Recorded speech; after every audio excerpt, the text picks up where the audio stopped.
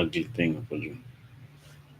You're like, says, So what we'll do is let's give guys time to check in.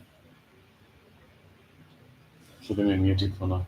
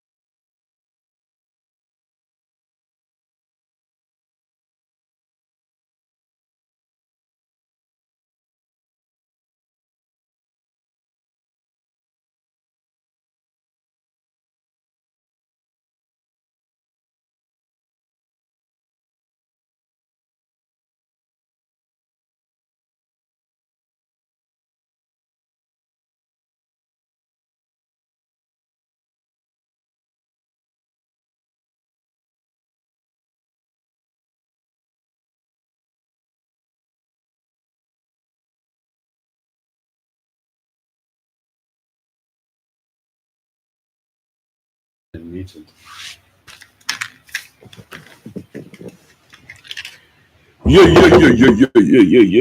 What's wrong with the sound? We're talking to what's up?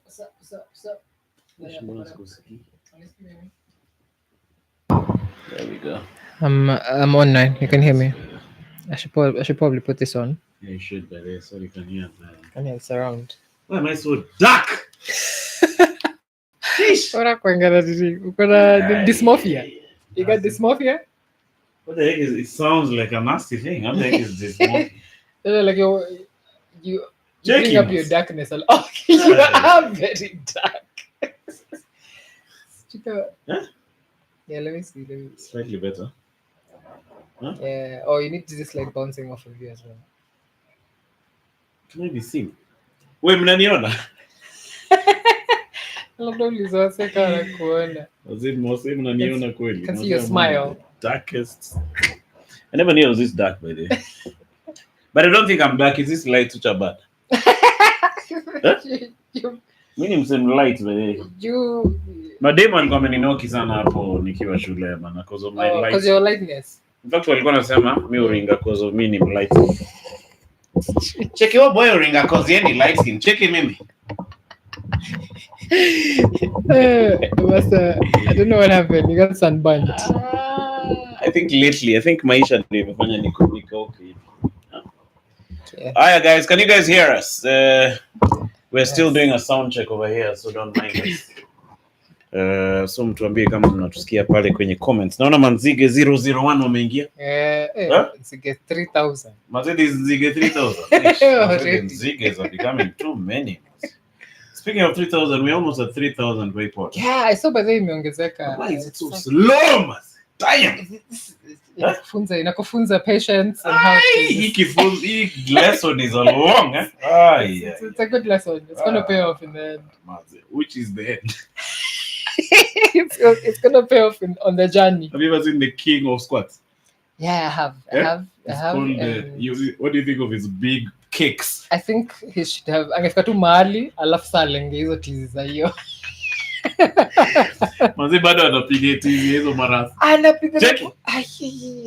It's and then he's wearing see-through hipsters. Yeah. As I'm looking at that, like, those cakes, I'm like, what the heck is this? Yeah, even me, they're enviable. Those are big cakes. It's big. Do you think that's why he's attracting chicks like that? The chicks know they can get cake like that. Because he's shown the example. Yeah, only. So I think that's why. I have to really repent all the time. I have to tell God to delete those images. Check, Heavenly Father, I watched the King of Cakes, King of Squats. To delete it from your mind. I watched the King of Squats by mistake, Jesus, and his image of his butt cheeks in my brain, Lord. Lord, you know I'm a podcaster, Jesus. I should not be thinking of Nyomolosi's cakes. That is going to be Nyomolos. Yeah. I don't know. I think enough. What's the end goal? I think we'll get to my demo. Wafanye ni. He's a celeb. Yeah. Okay, now he's blown up. Yeah. I don't want to see him even on SABC. Okay, because of his cakes. Yeah, man. Okay. You just need one thing, was. Huh? This is one thing, yangu ni gani, but I need it. Not cakes. Check me on KBC. Check. Then my butt has grown. I prepared from the pod for a year just to prepare. My buttocks are like this. Check it. Check it. Venye nilipenya. No, nilikuwa nafanya podcast. Haiko inaingia 3K subs. Nikasema Z. Nikasema cakes. On your thing. Check it. Because there's no Kenyan king of cakes. Yeah. Is there a Kenyan cake king? No, there isn't. Ooh, there's a gap in the market. There is. It's Bashir. Wow, utakuta tu Bashir akiata hizi jitetea pale. Hizi jitetea. Bashir was cooking on broke cakes. That can be a serious show up on Rongai. He can be leading many chicks up on Rongai doing that cake. Check haya madam haya sasa tuanze check. Cooking on broke. Broke things. Maze. So guys are here. We have 15 guys watching Nduta. Yeah, hello. Hey, bana. Leo maze ni mimi na Nduta. Bashir bado wako sijui Savo. Maze that guy, I thought he was on the SGR. Yeah, hey, watakuja if they take the road they'll take a while. Road, maze. I think we should call him and ask him where he's at right now. Tumpige sahi. Kama tumpige baadaye. Ndio tujue tu from moment one where the heck is this nigga. Huh? So I called him thinking he's in hapo kwa SGR anapitia hapa. Yeah. Mazee akaniambia ko Mtitu one day. Huh? Mtitu one day. But it's good because now he'll travel all the way to Nairobi thinking about his king of cakes. How he's going to cash it. Bado nataka tu katizi tu kadogo. Katizi tu kadogo ka targeted. But do you think that guy's butt is from those spots? Yes. Yes. Squats are for real. Yes. They enlarge the gluteus maximus. They do things to it. But it must be hard. Itakuchoma siku za kwanza, but then eventually. No, I'm saying those cakes must be hard. No. I think. Ndio Bashir. Wait, Bashir. You guys, how you doing, my man? I'm good, my man. You guys, you're live on the pod, bruh. Yeah. Wagwan, Mazel. Welcome to the Kisiangani podcast. My name is Bashir Halaiki. You guys, live from the ground, bana. Watu wanakuuliza uko wapi bana? Guys, watu wamejam sana, especially madem. Hata mimi sijui niko wapi bana. Mimi najua tu just on the way to Nairobi, but sijui ukaniuliza sasa hivi yenyewe hata sijui niko wapi. You guys, you're surrounded by darkness. Hey, Mazel, damn, I'm in the wilderness, bana. So kuna nani hapo? Kuna Dag Mutai and the rest of the crew. Niko mimi, Dag Mutai, Daniel Omara na David Mashani. Okay. Wagotee wote. Hata nitawasalimia mazee wakiamka bana. Dag wako hapa anang'ang'ana. Dag anaongelesha dereva at least mazee kumpea company bana. You guys tuko hapa na Nduta mazee tunatulia, you guys tunasikiza marobadob. Umechoma? You guys Nduta mazee. Wapi? Manua kunionyesha nini place ya kuenda. Wazee wenyewe ni ngumu kuwabadilisha tu. But then Nduta, mazee, do you need to go somewhere in your later life? I could go eventually. Bro, kumbe Nduta naona hajachangamka ba. Wazee unaita Nduta wazee unachanga mbona achangamki bana kumbe amje kiban. You guys, she's as sober as a judge. Very sober. Nduta tena kwa hiyo podcast. Never for the first order of business. So Bashir, anyway, kitu mngefanya. Niambie. No, I'm saying we're just checking up on you kabla tuanze hii show maze. Tunataka kuchapa short and sweet one over here. Yeah. Haina noma maze. Ni mpige mimi ndo nasukuma ka usingizi bana. Hii jani ni refu. So show ilikuwaje by the so ilipokuwa maze ili start out a bit rough. When did you na host? Panda kidogo maze. Ndio nilikuwa na host. Nilipanda kidogo at the start lakini ili pick up maze tu hadi kwa mwisho. But watu wanakuulizia huko course kwani uliwapea nini? Wananiulizia you guys. Deadly. You guys must say led maze. I think ni podcast All over the country. Pada. I think uli host show fulani deadly huko sasa. Wewe ndo ukakuwa host peke yake. Sasa wengine wanajiuliza, na Manu anarudi yani can you imagine? You guys that's ndo host unauliza ule host wanasema anakuja Anyway. But you guys mimi na Nduta tumepata strategy mpya hii pod isiposhika Yeah. Maze tutakuwa the king of cakes kama ule jamaa wa South Africa you guys. So the king of cakes maze. Rasa. Ati Rasa. You guys unaona mse wa South Africa anafanyanga hizo matizi. Nimekumbuka. You guys unajua we've noticed kuna gap kwa market kwa hiyo story ya cakes. So we were nominating you as since you have the most potent cakes in this group Yeah man, me I'm the boob guy maze. Sasa tena cake inatokea wapi sasa? Kwani wewe utakuwa unafanya nini? Mimi nitakuwa na host. Hakuna maze. Nilikwambia maze. The road to success maze is filled with sacrifice bana. Wewe so far sijaona ukiteke any bana. You guys video na editing hizi ma video you guys. What are you talking about? You guys your butt, you guys you can be famous you guys kuna hiyo guys. Famous with whom? Check mnaweza tag team. Yes. The kings of cakes. Manu mwenyewe hapo hakuna kitu amewahi bana. Unless tunafanya nini pamoja. You guys utaki halaiki network ishike you guys. You guys we can be posting it on your channel you guys. Mimi sidai jo. Hiyo cake bana hiyo cake inakuja na implications. Fikiria kwanza hiyo maneno. Maze. Haya sawa you guys travel safe maze. Yeah. Sawa basi. Hata tuongea nikifika jo. Yeah, ukifika utuambie maze. Cheers man. So guys, we have a new product people. In the works. Success is inevitable. Maze, I really encourage Bashir maze afanye hiyo. Cakes are in. Iko ya baba, iko ya mama. Yeah, cakes are in. So tusalamie watu hapa Nduta. That's what we do over here when we start the podcast. So we have 18 people watching. Andre Enosa anasema cakes on bro. Mazi. So karibuni sana. Innocent Mangari anasema Nzige 001 mazi. Yeah. Innocent karibu sana. By the way you are number 1 today. Andre Enosa was also claiming the number 1. Lakini Innocent he chapped him. But have you been following the Rugby World Cup? No, I haven't. Yeah. So next we have moving on swiftly, Mazi. So the Rugby World Cup is underlying. Yesterday it was South Africa versus England. So South Africa won England by 1 point. Like literally, they made a try towards the end of the game. But most people were supporting South Africa, which was interesting. But obviously, you can't support England, right? Yeah, if South Africa is in the mix, it's about South Africa. But would you think that South Africa also apartheid colonialists?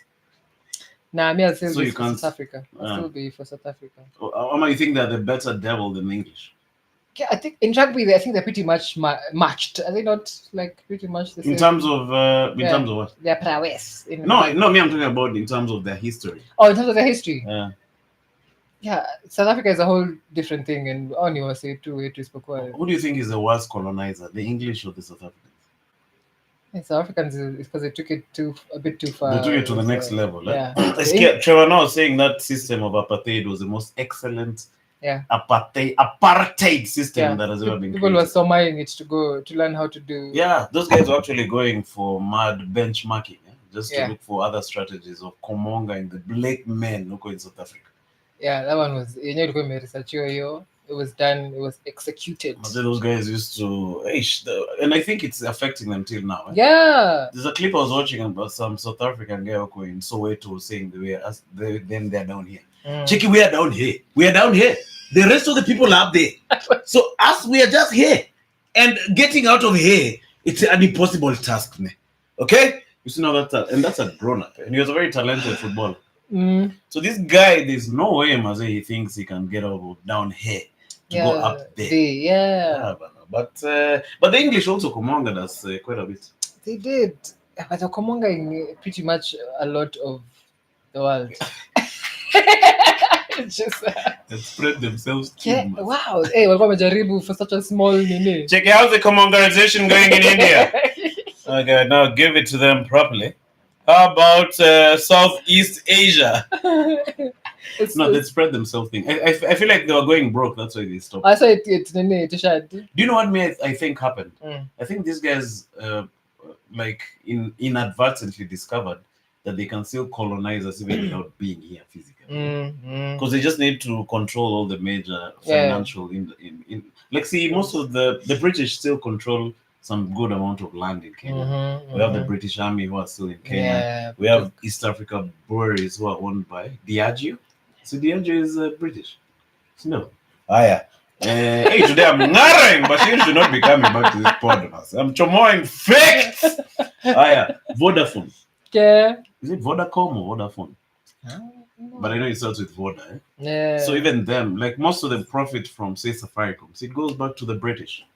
So they're still comongering. Yeah, they are. Given that they were, they got to get their hands on everything fast. Yeah. Do you think, because did you see, what they did to Kenyatta before they released him? See, it's the same thing they did to Mandela. What they do? So they chomoa you from jail, take you to a house, and then you just chill over there where they're evishating you pole telling you not to comonga them when you take over power. Then they give you the power. Yeah. So it's like the masterminding. Yes. So they're just prepping you you're their pawn. I feel like maybe you have to sign some documents that you probably do.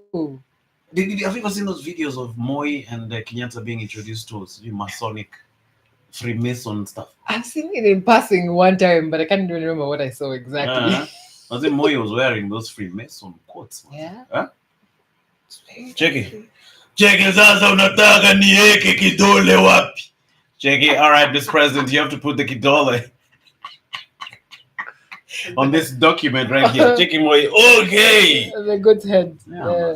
So I think maybe before you enter some of this, and I'm just being a conspiracy theorist. Yeah. But before you get some of these levels of power, Mazi, you have to sign Weka Kidole with those freaking Freemasons. Yes, you're gonna have to sell something to get some for real. Which is the thing. Well, I wonder why people want this power. It takes a lot from you than what you. I don't know. You think so? But they make a lot of money and influence. Money power aside, influence.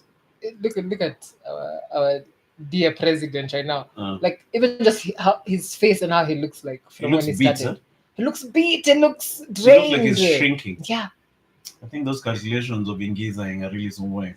Cheki sasa ile atenda ya nini imeingiza ngapi? Aya, let's continue pushing.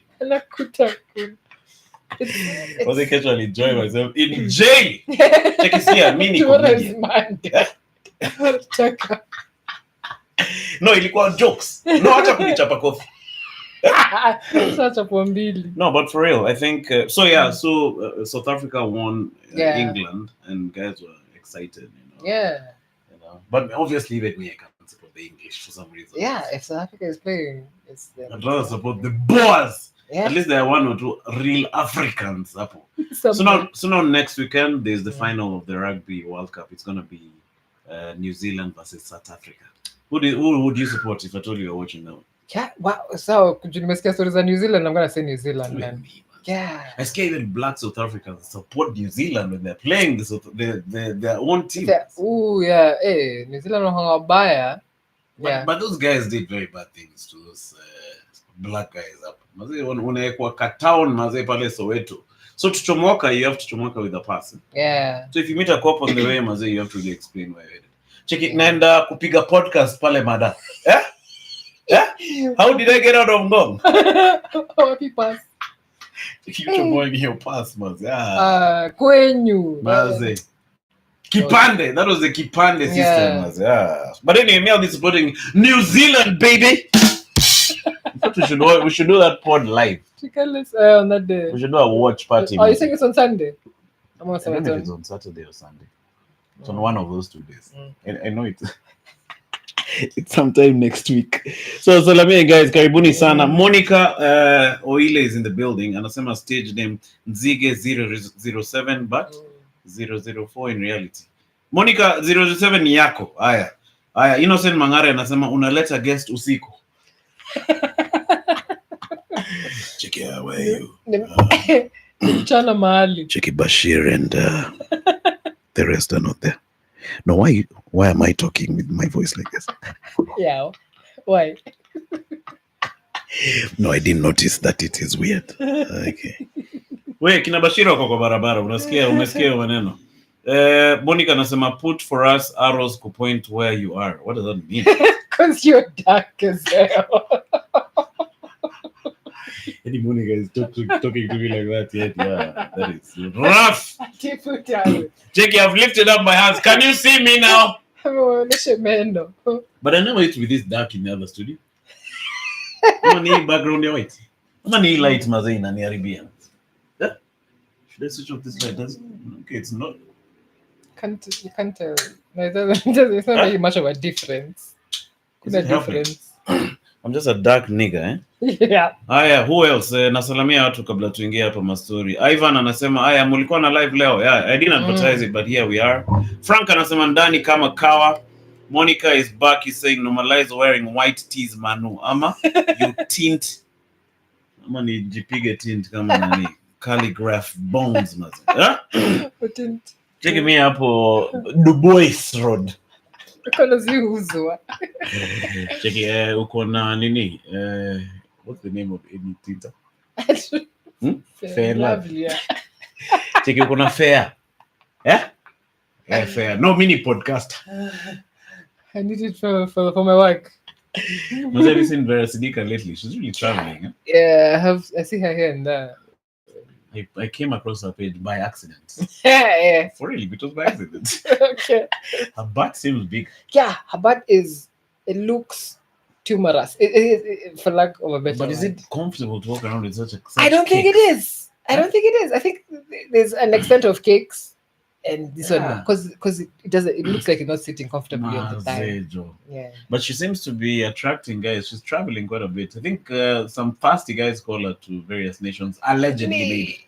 Yeah, I think it's the spectacle. Even me, if I saw that hugger, I'd be like this. I'd stare. She was shaking those cakes up on that Instagram profile. Check it. Check it me. Okay, stay there, kids. Check it me. Hey, he's in the nini. And then you kept you have to look at it again and again. Browse down, then browse back up. Yeah, check it again.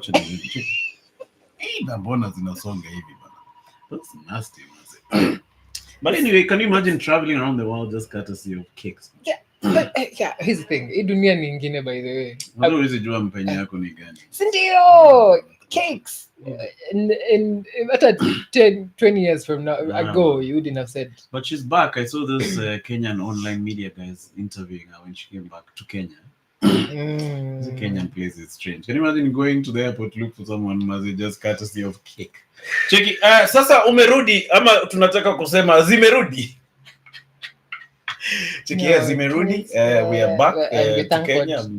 Thank God. In fact, Philippians 4:3 says, Don't survive. That in the Bible verses, mazi, in the wrong place. In your cakes, did you? Mazi. So, Rasimika, shout out to you. If you're watching, but you know she shares his life to Mepenya. I know. Check, you know me and Veracity used to be in the same class, okay? You. For real? And then I'm yakking away about her, mazi. You're in the same class? Yeah. And for a couple of classes, yeah. Did you vibe? Did you hang out or vibe? No. But we just knew of each other. But never. Those days were things that big. They were thick, but they're not that thick. Oh, they hadn't been enhanced. Yeah, the hugger was there, but it wasn't. It wasn't. Why like did she just back you with the natural hugger? If I told it was. Yeah, it was big. It was sizable. She's the one for that video for that Dendai. Yeah, I think it must have been like that Dendai. Although that Dendai, maybe I don't know if she'd done a bit of waist training or something like that because now it was more. For the video. Yeah, for that video it was more pow than I remember, but it was a big hugger to begin with. Yeah, that video was a killer. Check it, that Dendai. She can give you a good one. You guy. Yeah, it was shocking. But it blew her up. Yeah, it did. That trajectory really shot up from there. Yeah. And those days she was dark, Michael Jackson. Michael Jackson, that bit. Vitiligo. Do you think that's a true story? I think so, because there's a picture of him where he's wiped off his face and you can see patches. Oh, seriously? Yeah. When he's an adult, or was no, when he's like in the middle there. Mm. Yeah. So you could tell something was off the skin, and then he was just trying to whiten maybe it. he just began his G. Oh, so it was toying in patches, what you're saying? Maybe. Yeah, it could be, I don't know. Because vitiligo means there are some patches which are dark, and then they keep moving, right? Yeah. When he has just one big patch. One big patch on his whole body. I think that's a lie. That guy just did some stuff which because if I told you have vitiligo, why change the texture of your hair? Yeah, and the shape of your nose. Do you think that guy used to have a wig? I don't know. It was because his hair was like a white man's hair, right? Yeah. I think it was too just processed hair. Imekuwa tu chemical yake yote. Yeah, I think so. Equal wig too flan. Wig, it could have kind of attached to the head. Yeah. Very naturally. So I can't say it's a wig. How do you do that? You know, I got to palm or some super palm. Maybe that's why you went broke buying that palm. Check it, bring for me more palm. Thank you, I love you. You just like saying I love you. Check, it's all in love. Okay, thank you, I love you. Then he does. He does a jig. Check it. He's on phone. Check it, Michael, you're on phone. You don't need to do that. Check it, oh, sorry, I love you. Ati Shimon. Shimon.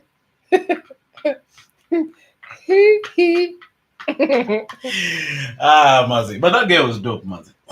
Yes. And he was a phenomenon. It was a gift. Like he was a natural performer. Sindio. It was. I can't fathom ati tulikuwa in the same lifetime. Mazi. Where were you when he died? Do you know? It was in 2011 ama ilikuwa lini? Mimi sikumbuki, lakini I remember I was on Congress. Oh yeah. I was in my apartment. And then those days I was killing it financially. Financially speaking. Taking me killing it financially. Cheki wewe, wacha kuniua wewe na my finances. Cheki, sorry. I love you. I love you. So you had he died and then you felt, man, I was in digs. Then I had on CNN Michael Jackson as I'm daddy. So I called my pal Kevo. I'm like, where you guys, man? Have you heard MJ's dead, man? So I remember even just chilling in the digs, Kiasi, just watching on CNN. Actually, the whole world just stopped Kiasi for the sake of Shimon, man. Huyo mse alikuwa amebarikiwa na Mungu. He was a beast, huh? Yeah. But he also died a sad death. Huh? It wasn't a glorious death. I'd say it was a good death. You think so? In this sense, like it was something that you choreographed yourself. Do you know how lucky you'd be to choreograph your own death? You didn't choreograph it, but somehow. It's like unadungwa kitu na usha dose. It's a high chance. Yeah, so it's a chance one day as like dawa iongezeke enough to kill me. You think he used to count sheep paka 1,800? He didn't. I can do what hivi. You know that you count sheep to lala. Yeah, it doesn't work. Chicken 1,835. I love you. Take him calling the doctor. I can't sleep. I love you. Shimon. The doctor took him there. That's massive valiant. What was the name of that stuff which killed him?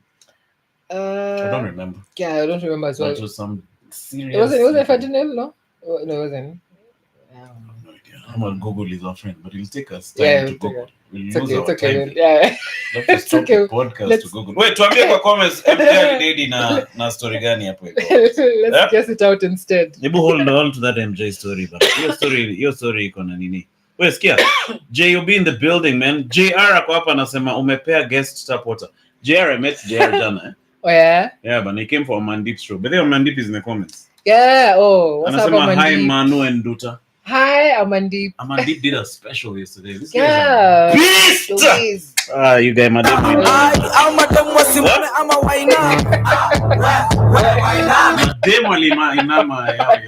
It's only that he has a girlfriend. Yeah, and he's very in the face. Maze! Man is the ideal man in society. Me and I grew up and I'll be like a man.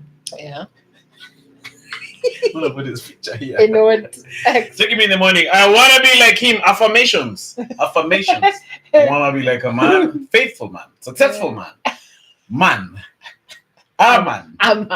Deep. I also wanna be deep like a man. A man deep also. I want just to be a man. Right. So this guy, this guy really killed it yesterday. He did around an hour, 15 minutes. Wow. I was hosting the show. It was a bit hard for me to host because I couldn't see the audience. You know, see the audience. Yeah, and it's dark in the auditorium. Dark, it's dark. There were a couple of Indians up in Berlin who was messing around with. But also, I didn't want to do much because it was a month. Yeah, true that. So I just did maybe 10 minutes. And then I brought out George Waweru. Yeah. Shout out to George Waweru, who was supposed to be here also. Shout out. Yeah, what's up, George? He's a punk! He said that he didn't remind. Yeah, what's up with that? Ungepanda tu mata raka raka. Hourly reminders. Check the other George. How are you? I love you. Shimon.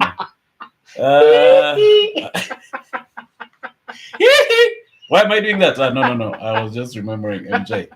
So are you coming for the pod that I reminded you about 1 hour ago? No, I remind you again in an hour. That's how I love you. Shimon. Okay. All right.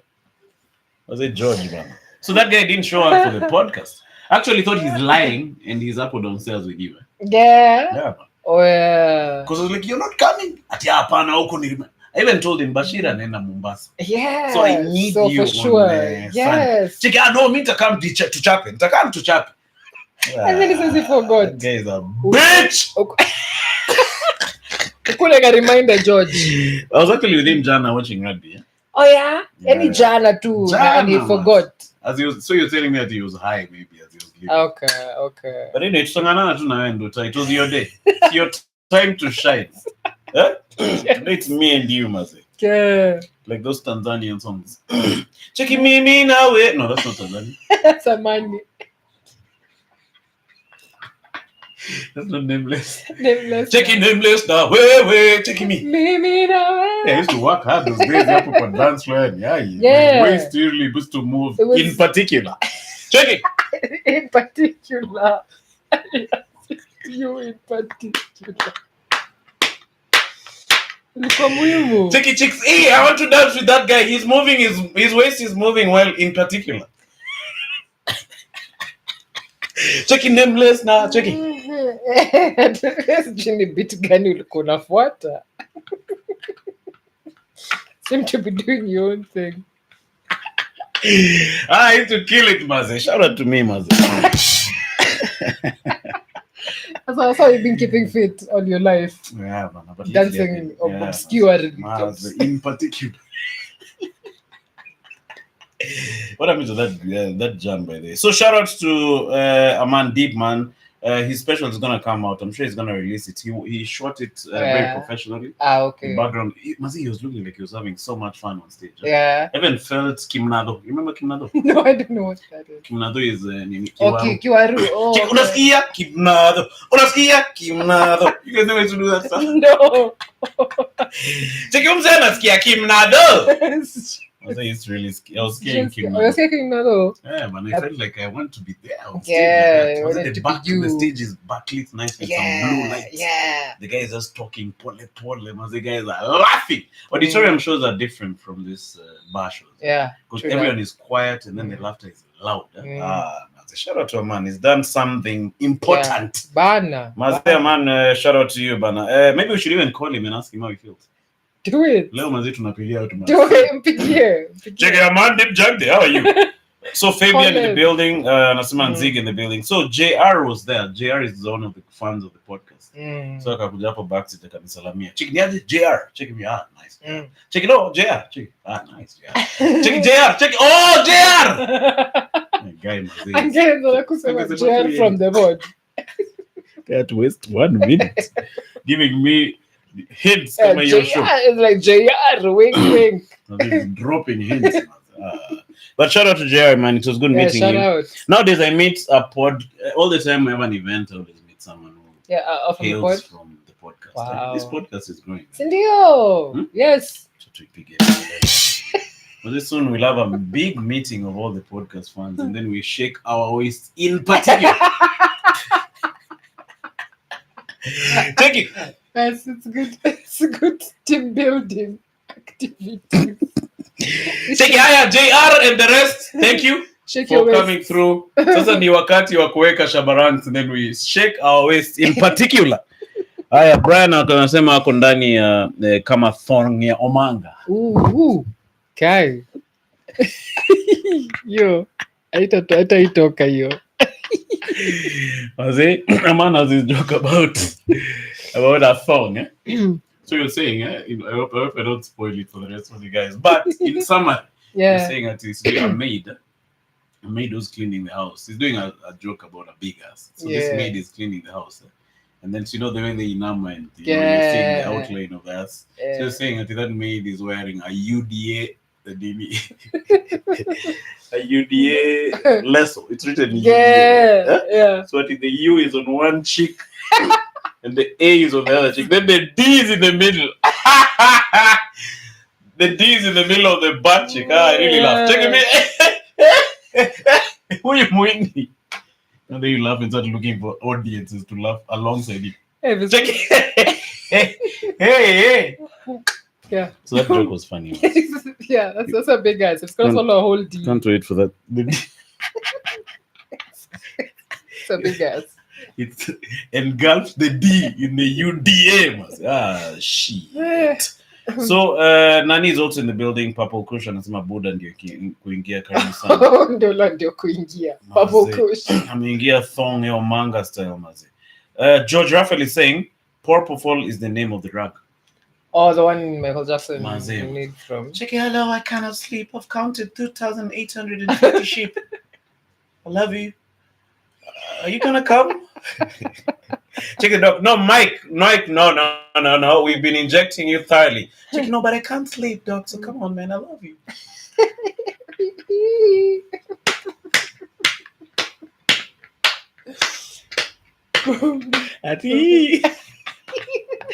So that guy had to pack the Propofol, and go and inject this nigga. Did you see how much shit that doctor was in after that stuff? But now, I don't think he did anything wrong. The doctor. Yeah. But now he's the one who was crucified for this thing. Yeah, he was crucified. Scapegoating. But yeah, alikuwa anadunga tu msave like minimal. It's only that it got too much for Michael's heart. I'm googling doctor who killed Michael Jackson. Wow, who killed? His name was Conrad Murphy. Let's see what happened to him. It says Conrad Robert Murray is okay. That's too much information. But you're right. This guy was just doing his thing, like he'd been. And I'm sure he was doing like doses safe. Only that. Yeah, it was too much. These guys are saying Conrad Murray was convicted and spent 2 years in prison for manslaughter. This guy, this white man was. You just have to arrest this nigga. The time Tupac's killer was just roaming around for years. Conrad Mazee Ujama.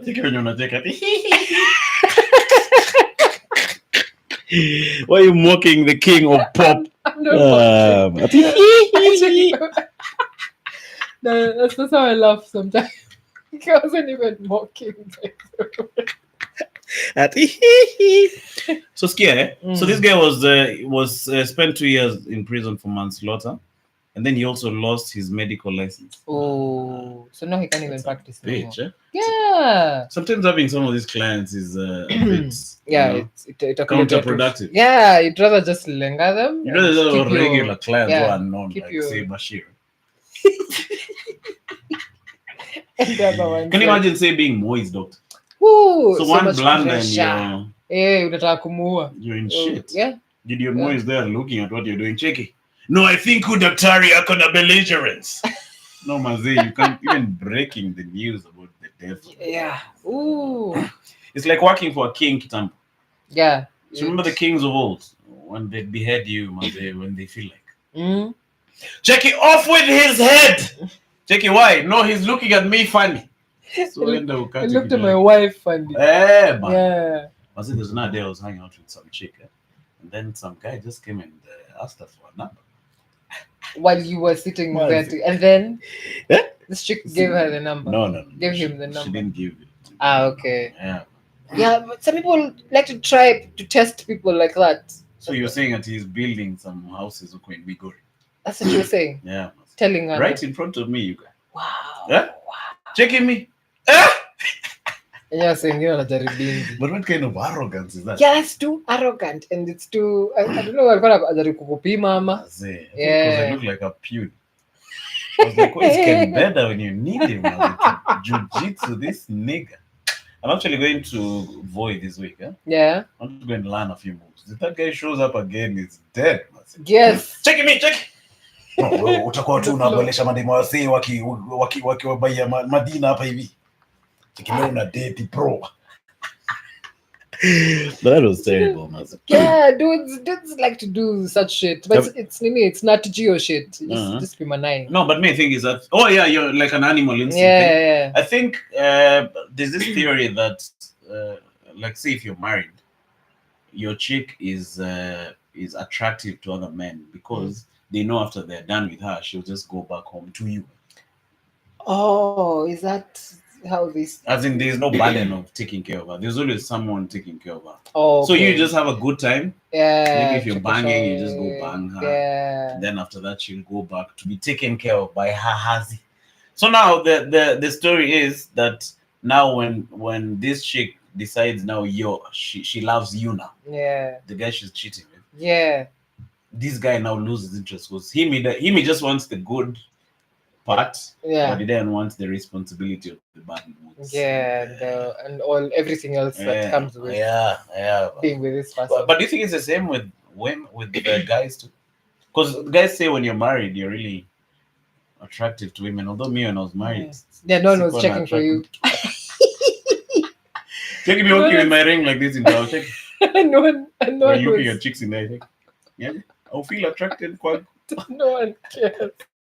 Do you think that's true? I can't even say that. Here's the thing. There's always the thing of wanting something that you can't have. So first of all, you're like, okay, that's something I could get. That's not really it's exotic.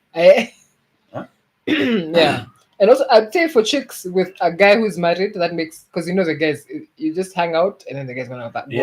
True. Yeah. So it's a simpler arrangement. Yeah, it's simpler, but it's not really simple. No, I think it's simpler initially. It's simpler initially. There's this chick who came to my place once with my bro. Those days when I was staying up on Gong Road when I was finishing money. Chopping money. Jackie, I actually end the job, Majama. Thank you, my minions. No, thank you for worshipping me. Yeah. All right. So after being worshipped, so my bro comes to my house one day in the evening with his chick and some other chick. She told me this chick is from Buru. Yeah. But ni dempo sana. Ama dema Buru maze. She wasn't even from Buru. She was like, those fringe ghettos around Buru. Me when I grew up in the whole of Buru, to me was a ghetto. Cheki Buru! You guys Paul us. No, Buru was a ghetto, man. Cheki, you grew up in Buru. Hey, it was hard. It was like Palestine, no? You guys are bro. So did you suffer? So this guy, so he says that chick is from, I think, Harambe State. Yeah. So you're saying she's a nice chick who's chunga, they wipe the house and stuff like that. Some crazy stuff. So now, that. So I got to talking to that chick. Yeah. Vibing. So she was telling me that she wants to be. She told me like point blank that she wants to be my friend, but with benefits. Okay. And then you were like, Chick, no, tutakuwa tu friends, but with benefits. Yeah. Sitakusumbua. Tutakuwa tu mabeste, tutakuwa tunachili. Kama kuna madem, wewe utakuwa tu na demo wako. Alafu sasa mimi tutakuwa tu tuna have your friendship alafu with benefits. Kama unataka. Unaona? Yeah. Take me looking at her like that emoji. You know that emoji? The eyebrow. But I didn't take up that offer. Oh, you didn't? You didn't think about it? No, I thought about it. And you didn't. No, you wait out. You wait it forward. out. Yeah. Okay. You don't like the forwardness. Yeah, that's forward. Oh, people are. It's aggressive. Yeah. Damn, this chick wants to murder me at night. What? Yeah, she wants to murder me. Check it. Don't be too rough, okay? Are you going to be rough? Because I'm not ready. But I thought guys would appreciate a bit of maybe other guys. You know me, I'm one of those conservative niggas. Me, I don't even bring up sexual topics. Wow, about the clouds. Check your cloud. Cumulonimbus cloud. Ni kubwa ama? Check the chick. Ni kubwa. Yeah, it looks like a check. Unajua kitu funny ni beyond hizo clouds, unajua the sun ina shine. Yeah. Look on the other side. No, but you should be more open, for real. Forwardness is, I think, it cuts out a lot of bullshit. Beating around the bush. No, but me, I wasn't like that. I've grown. Also, these days, I've grown more. Okay, I'm not yet there yet. Yeah, but you're there. I'm better. Yeah, okay. I'm better than those days. Now I can say a couple of things directly. Yeah. But then again, so this chick, so after she was telling me that stuff, me I was like, that's crazy. And then I thought it was a con game. Yeah. Like she was just trying to put her foot in, and then sasa usikie any demo wangu eventually. She's carrying a baby. Check it. So, mtoi anakula nini? Check me, how did I get carrying a baby? I thought it was a friendship with benefits. That's a toy benefiting. Check me, where mimi silinunua diapers asubuhi. No, first of all, how did you enter this house? You were supposed to be my friend with benefits. So I chuja that chick, man. Your relationship ikaisha. Lakini ulikosha kula some benefits. I didn't school up. I was scared of that chick. Okay. Yeah, just because of how it came up, and I just didn't want to do all the whole. It was crazy. My bro really tried to hook me up. So he tried to hook me up with another chick, but now this other second chick, her stories were just stories of kudedi. Wow, what's chick? So boyfriend wangu alikuwa anaendesha gari akagonga tu mti akadedi. Check me, that's horrible. Check, unajua mimi sipendangi kwa taxi because wanaweza enda mbio sana alafu wagonge tu alafu msee adedi. Check. Yes, so all her stories used to end up in say on a date. Yeah, that's a lot of daddy talk. Yeah, man.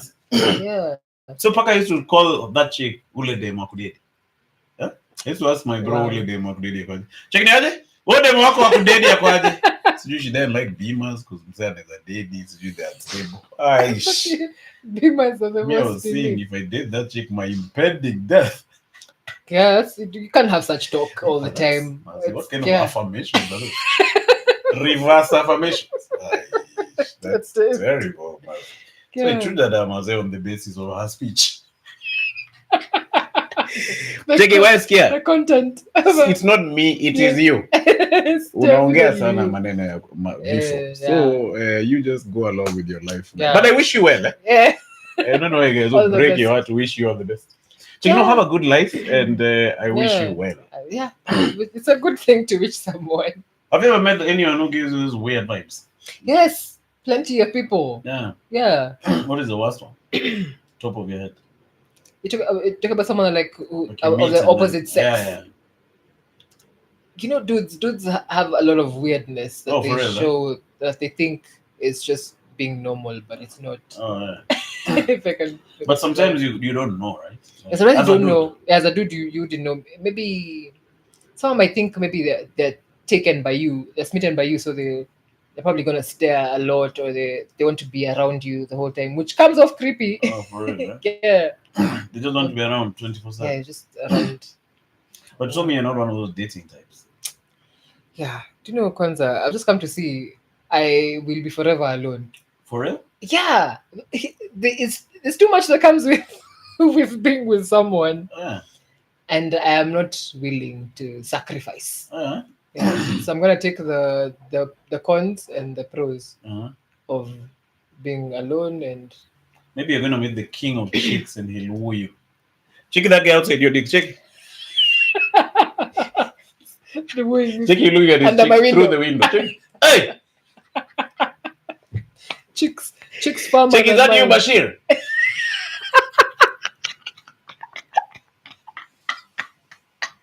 Check it, Bashir, check it. He's wearing a see-through hipster. Oh. Check it, Bashir, and you unachoma na hiyo hipster, bro. Then you guys unite forever after. Hey, Check Nduta what sold it to Bashir. Check, no, he changed his content because he initially was doing a pod with another guy who wasn't figured out 3K yet. And then he decided to be the king of chicks. He got chicks and his whole world changed. But here's the thing, I can't be with a guy with bigger chicks than mine, that's for sure.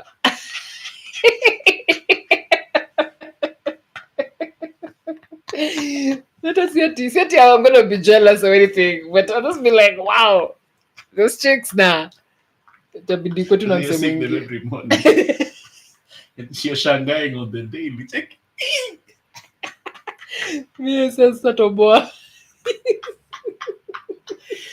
Hey, but that king of chicks, man, you think he's gonna come to Kenya?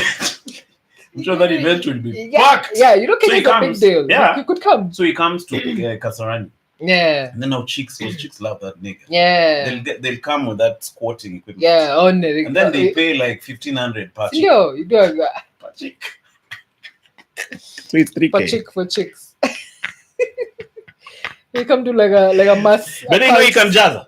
Yeah, he could. All these gym fiends and the notoriety he has from the internet. True that, he could. Even me, I can go in here. Checking me. Some ass is nice on both people, on females and males, but not too. Hey, you're like a man. Confined. But how do you feel if you're now that guy's chick or something? This guy is showing his butt cheeks on the internet. Man. Yeah, me I'd have a problem with it. But it's coming with a lot of money. I think he could do. No, see, there's a price you have to pay, Maze, for this thing. There's just one thing you have to pay for. And that is your butt crack being seen all over the planet. Check, yes, his butt crack has been seen all over, but he's a loving guy. Yeah. He's loving. He's faithful. And then he also has money, which is actually the serious part. Because that's why I'm driving this BMW. Because of us money. But then would you date a guy who's like, you know, there are these movie stars go and do love scenes and all that shit? What do you think of that? You know what? I tend to think that I'm very progressive and it won't bother me, but it would. It would. Yeah. Yeah, it would. Take me, no. No. Because you know, when they're acting in these scenes, it's like they tap into another part of themselves. Such a one a bond stuff for real. Yeah, true. After that, wow, it's them. Like you've read about many of these guys, they were doing those things on set, but now later on, they hook up. Hooked up. Yes, that's turning back to conservative-ish. Check. So any actor or Hollywood were kissing scenes. Aya sawa. Nikuweke na huyo demo akudedi hapa. This has been section of my life. Ule kando hiyo friends of benefits. Check, usifinye friends with benefits, eh? But, that friends of benefits thing is a con, yes. isn't it? Is that it's con? A con. It sounds easy at first, but it always has. In the end, right? Yeah, there's always things that just muddy it in the middle. You can. I use what you do too. Eventually something is just gonna go wrong. And sometimes it's even not the chick. Sometimes even the guy who or sometimes gets emotions. Yeah. But then we're killing it on this live stream. 51 people watching. She. I'm a simame ama waina. Hey, 51 people watching this pod, Maze, from all over the planet. Wow. Bashir is saying, y'all are having too much fun without me. Yeah, Bashir. Cake King! Kai mtito ande. Maze. Yeah. Geoffrey Ngogi, by the way, is in the building. Geoffrey anasema, hapo kwa clouds, Cloud 9 is just there. What is that? What are you talking about? Oh, chiki, our Cloud9, I don't know. Inga kuna club itawa Cloud9 huko Virunga. Maze, next to the Hovel. Huh? But what is the name place in Hovel? I see Hovel pass. I could smell that place from the entrance It to depends. Masai Lodge Road. Check me. Oh, Bashir nifuate tu hii harufu. Haya. Okay, akisi unaongea vibaya. Check Bashir. No, come tu na hiyo harufu ya ammonia. Alafu sasa ikikuwa strong ni hapo. Haya, niko hapa na Nduta bro. You can only smell the ammonia if you're over there. If you're over there at the door. This guy is doing this joint. Yes. But you're saying it has been improved. There's like a lounge at the back has better seating. I don't know why you laughing. Lounge. Imagine, do you know Ata I was there when last week? You were there last week. But then you need to go for cleansing. I'm going to take you alongside Bashir. You know, Bashir told us a 6 story last week. He was saying that he once walked in on his mother and he's like doing the thing. Kitendo cha ndoa. Guy. Do you know how traumatizing that is? You. So I was telling him that he needs to go for cleansing. Is it cleansing? I'm a therapy. That's it. Cleansing. He has a spiritual force that is now following him. A curse was it? Yeah? Now, what did he say? How was it handled? Did they address it? He said that he was given some money and he was enough to change. Chekena nunue mkate moja na hii pesa hii 1,000. Wow, akachochenja power. But yeah, you're saying that it was hush money. Yes, check him with Izaki in the corridor. Check it. Yeah. How are you doing in your classes? Okay. I can't even look him in the eyes. Check it out. No, they're banging. The classes are... sorry. But it may me, I would not like to see some of this. That would be so... I can't even imagine. That's a lifetime of mad trauma. No? Yeah. So I've talked to some healers who who are willing to cleanse him. Yeah. You really have to walk naked and dip himself 4 times in River Luandeti.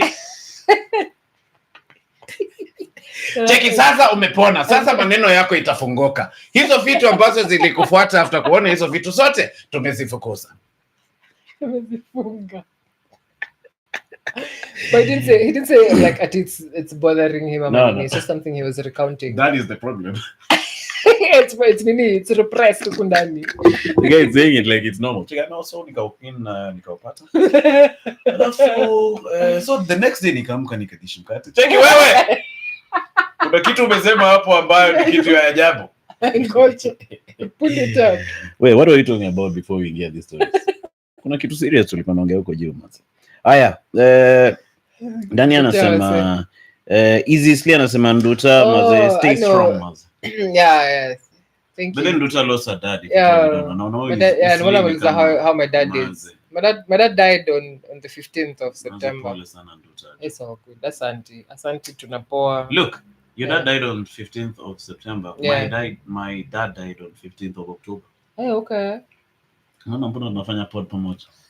Tuko connected ni tu wenye sina dread. Wasa utawad threads maze tungekuwa na pod plan inaitwa the legalize it pod. Yeah, I'll bring the props and everything. Take it.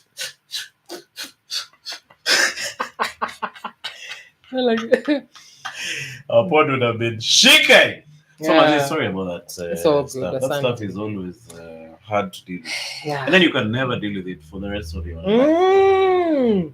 This was going on a figure to Nakasimanzi, you start whipping. And Simanzi is the word. Mazi. Sometimes I'm pitting up with church. I remember when my mother was like, Leon. Yeah. Pig on a Simanzi in ajab. Check it.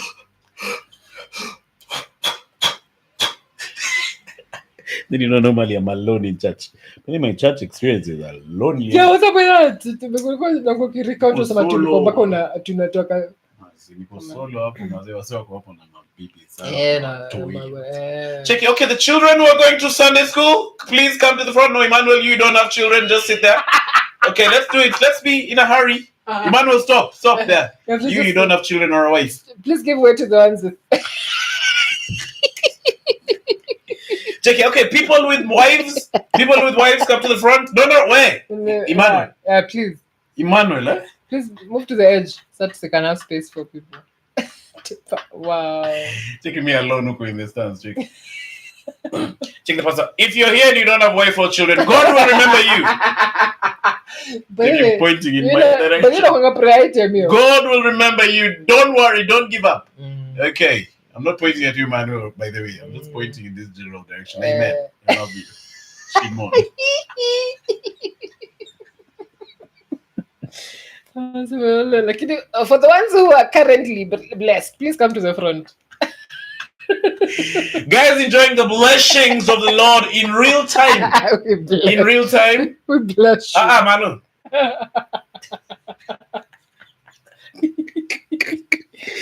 Manu, uko na... Wait, Manu, please see me after this. We need to pray. You need cleansing.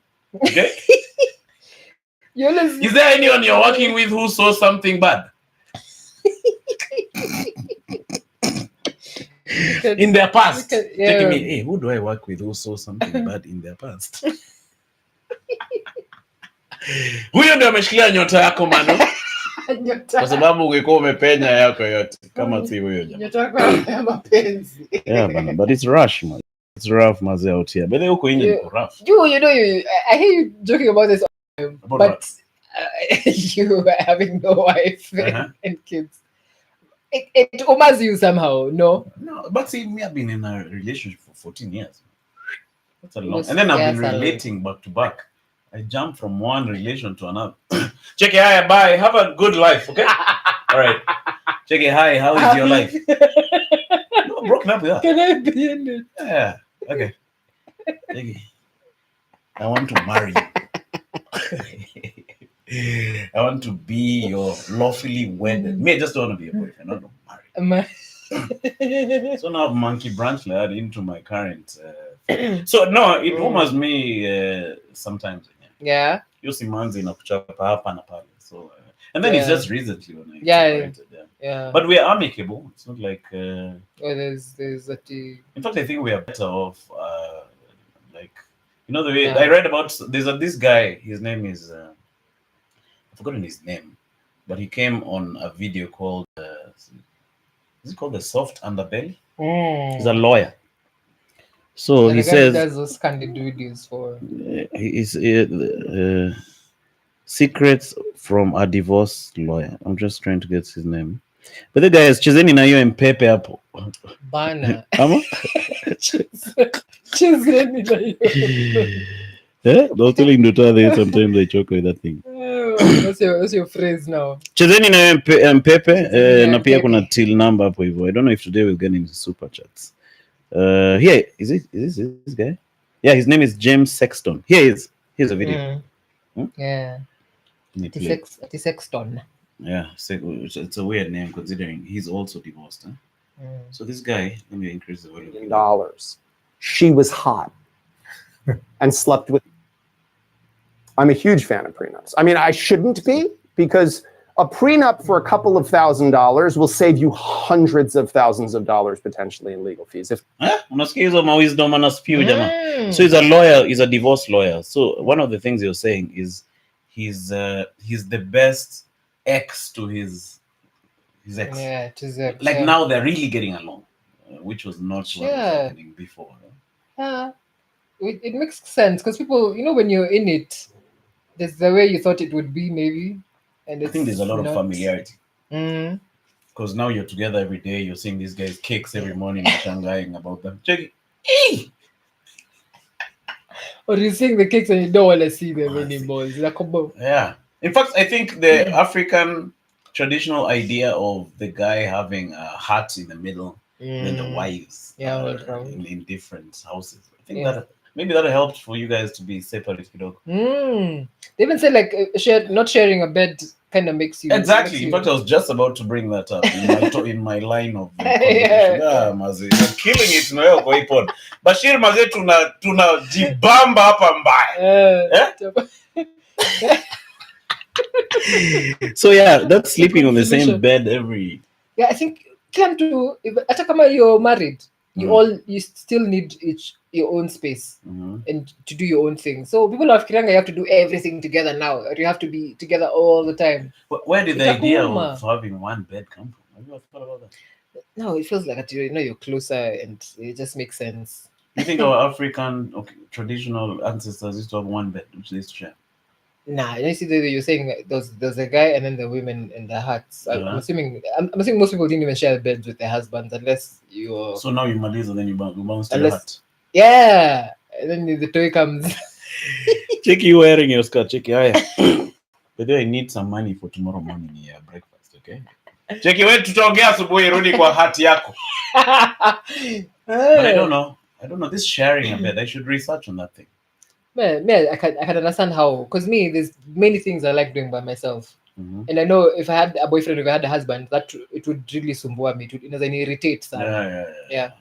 There's this guy when I was growing up. He is an architect. I don't know if he's still alive, but they have this big house in Spring Valley where I grew up.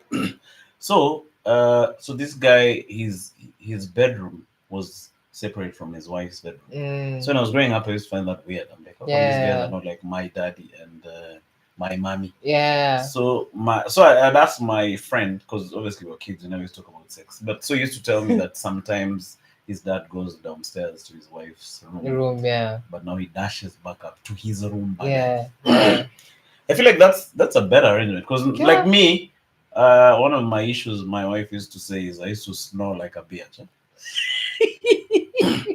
Check it out. She even used to wake me up. Check it. Check what's happening. Check you're snoring. Check me. When did I snore? I don't know where you guys were snoring. And you can't tell you goddamn self.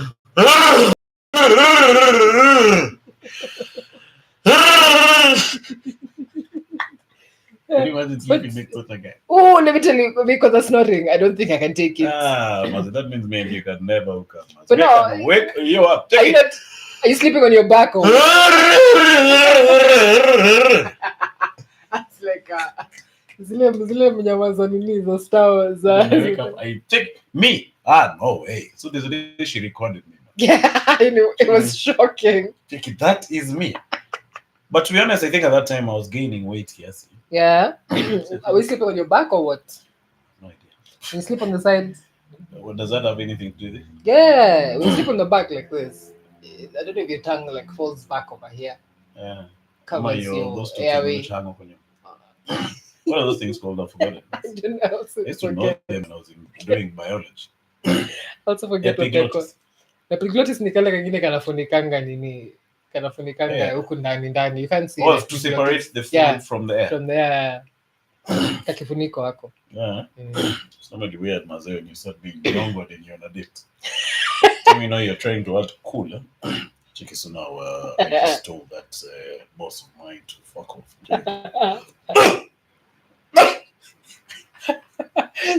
But then sometimes zile uko place like on the spot, like on a date, you're so conscious of everything, but your epiglottis refuses to work. Nina working it too fine. Check that thing looking at you getting choked. Check out, sorry. Me think dates are fake. Yeah, here's the thing. Me, I don't know how. I'm too jaded now to even think of dates with life in general. Because guys bring out the most fake part of them. Afaleta mpatane, if it's your first date, patane ni mdu kitu like an activity. I don't know, some bowling. Hiking is a bit strenuous. You don't like, hiking activities? Bowling, something, watch a movie, an activity. You don't like hiking activities? I don't think, sorry. I'm playing the video, our video. Sorry. We have 42 guys watching. Where the heck did those 9 guys go? Yeah, come back. They're torturing us and they leave. Come back. What's wrong with these guys, man? Why would you do that to us? So saying, this guy is saying, hako kafuniko kanaitwa epiglottis. Hey! Hey, kifuniko. Nduta coming through with factual information. Yeah, even if I'm calling it kifuniko, it's fact. Skia, Manu's style of comedy is simply unique and impeccable. Yeah. For real. Do you know like JK. Huh?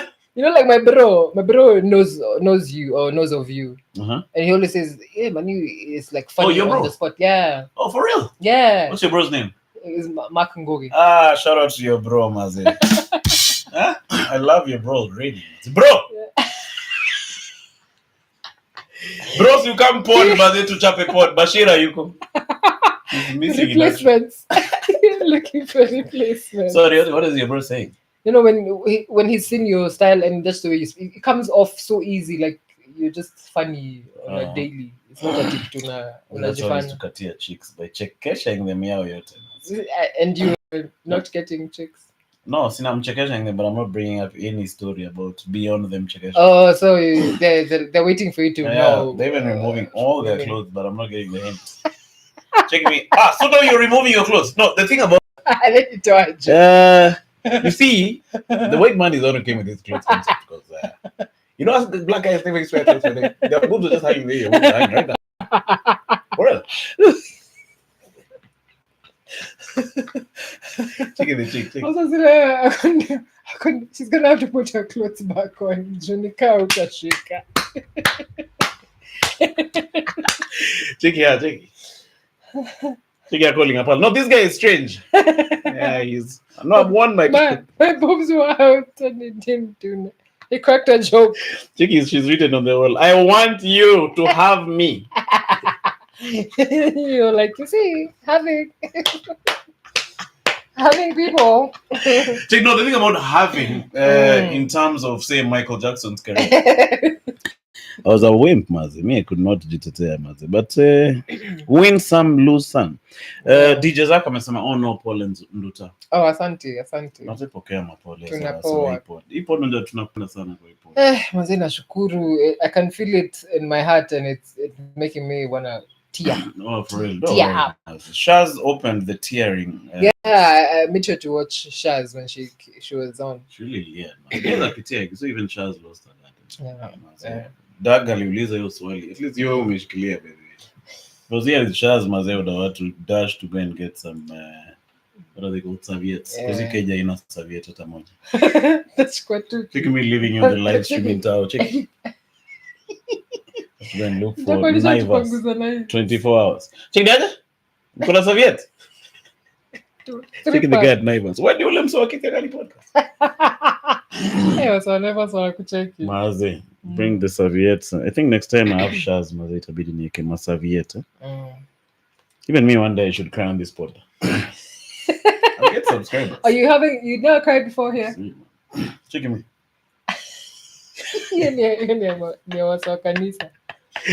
But you felt, of course you felt things. Yeah. But me, I'm one of those things. I'm hit by things maybe in the night. So when you're by yourself. I think if I do a live stream for 24 hours, nitapatikana at one point. Iko sawa. Ukipatikana, hebu flow tunayo. Yeah. But real men don't cry. This is not for real men not crying. Oh, umeocha humans. Anukimbe alituambia as his students. I don't know what. Tusimbie. Chikachana kulia. As a student. Sana lia ka puni. Then he leaves the live and weeps. Yeah.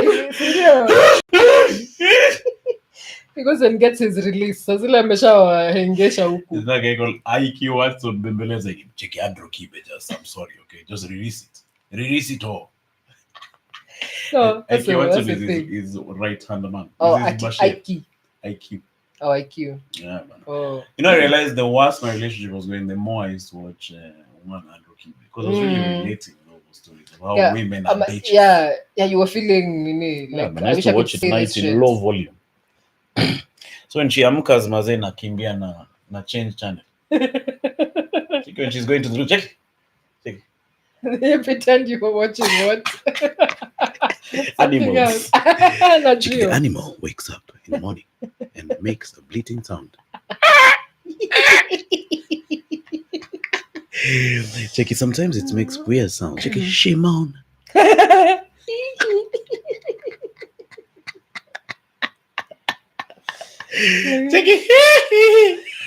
And when she goes back to the bedroom, irudisha Andrew Kibe. Cheki uzuri kujua bitches ni bitches.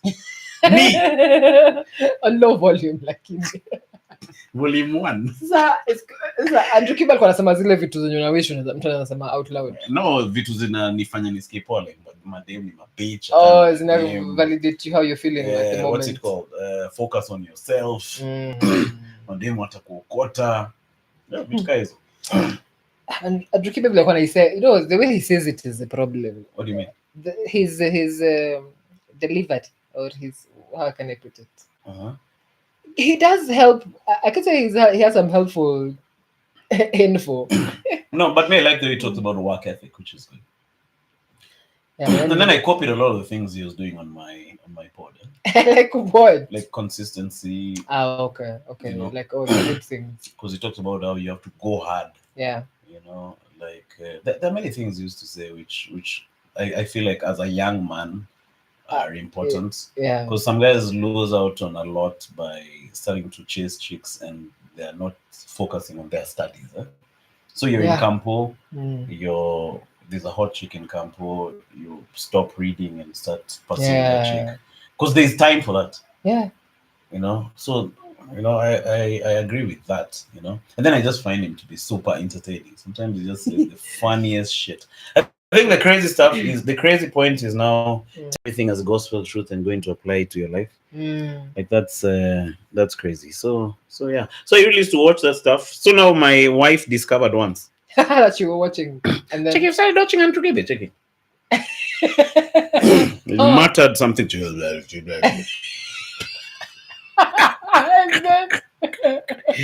I just made a muttering sound. Check it. Because me used to stay in the living room all night till midnight. Watching and repeating on volume 2. But I became a mad lip reader.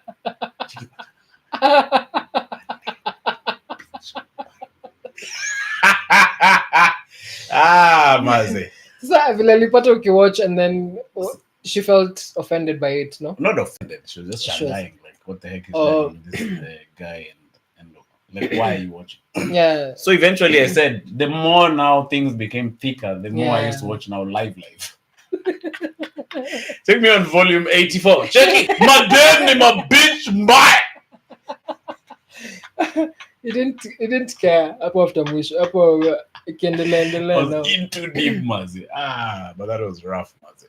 Hi, me, I can't even imagine. At a value, someone like you took the leap. What do you mean? And it's like you at least you tried it out and see how it goes and see. Tried what out? Marriage and. Okay. You can't imagine marriage. No. How long have you been like this? Forever. Seriously? Since I can remember, yes. Yeah. Have you ever had a boyfriend? Yeah, I've had boyfriends. A couple of boyfriends. But you look like one of those chicks who you have a boyfriend one day, alafu unaanza kumghost next day.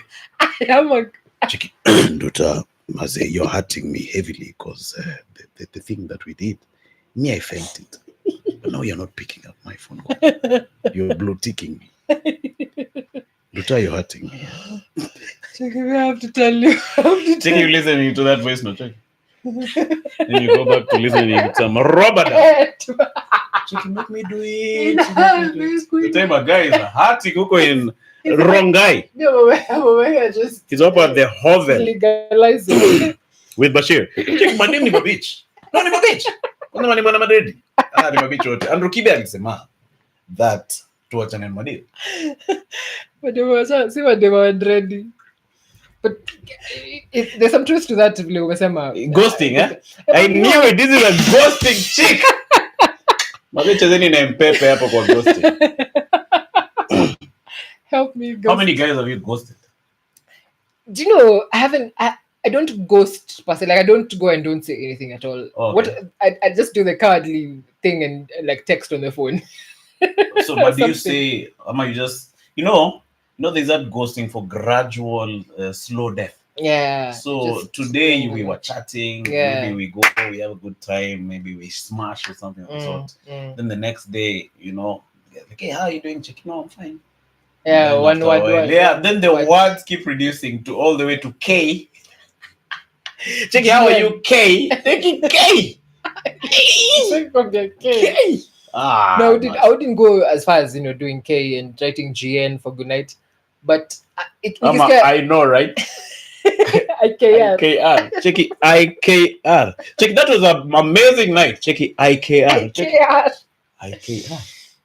But sometimes you just have to ujiadmitie tu when you're feeling like you can't expend any more energy. Afali wambie tu mse outright. Which I but do. It's mad hurtful. It's so hurtful, and here's the thing: I was ghosted once as well. And you felt it, huh? Yeah, I was like, wow, but I'm like, why am saying bado unaishi tu area yetu, ndakupata tu. Oh yeah. Yeah. No ulimpata. Is this kumpata? But nam time tu bado. But it was recent. Take you walking to the super with a lot of authority. Nikipata, I'm like, oh, so ulikuwa nafikiria ngong ni ndogo. Maze. You even up on the hardware section of the supermarket looking for that guy. Check it. You're even asking those guys, those guys for unajua penye Domiko. Chiki unajua penye boy yuko. Oh, yeah, no boy. Unamtafuta. And be ghost. So what are you gonna do when you meet this nigga? No, I won't do anything. But just be like, oh, is that? Or just that look thing. Yeah. What's up? Feel sad. It's normally very boring meeting someone you've ghosted. Yeah, but no, uzuri, they say hindsight is 20/20. Like, of course, at times there's things I think about now that I'm a bit older, and I see I did it. I was a bit of a shit before.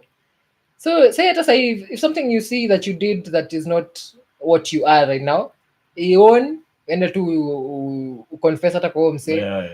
I think it comes with age. Yeah, because with me right now, I'm very straightforward. Nowadays I don't mince words. Sasa nimekuwa mbuyu. Mimi ni budaba. Sasa uniona hivi anafikiri mimi ni youth man. Lakini Bashir anamdharau hapa hivi ni kama ni age mate wao. Tusome ma comments on that note. Hey, RK ametutumia $2. £2. Oh, thank you, RK. You ni kama so 580 in this roto economy. Hey, okay. Hey, cool. The euro is like 156 shillings. Okay. I didn't even know where it's at right now. Our economy is tanking like a nonsense. Mungu tusaidie. I think soon they'll print a 5K note. Gonna go Zimbabwe. Shit. 5K note. As you break it, you back it with thousands. Check you seen a lose. Una less than 5K. Aye. Wait, msi kama una less than 5K, please usikuja hapa na 5K note kwa hii matrix. Hata hiyo itakuwa hii acceptiwa kwa Time transport is 28. Ay.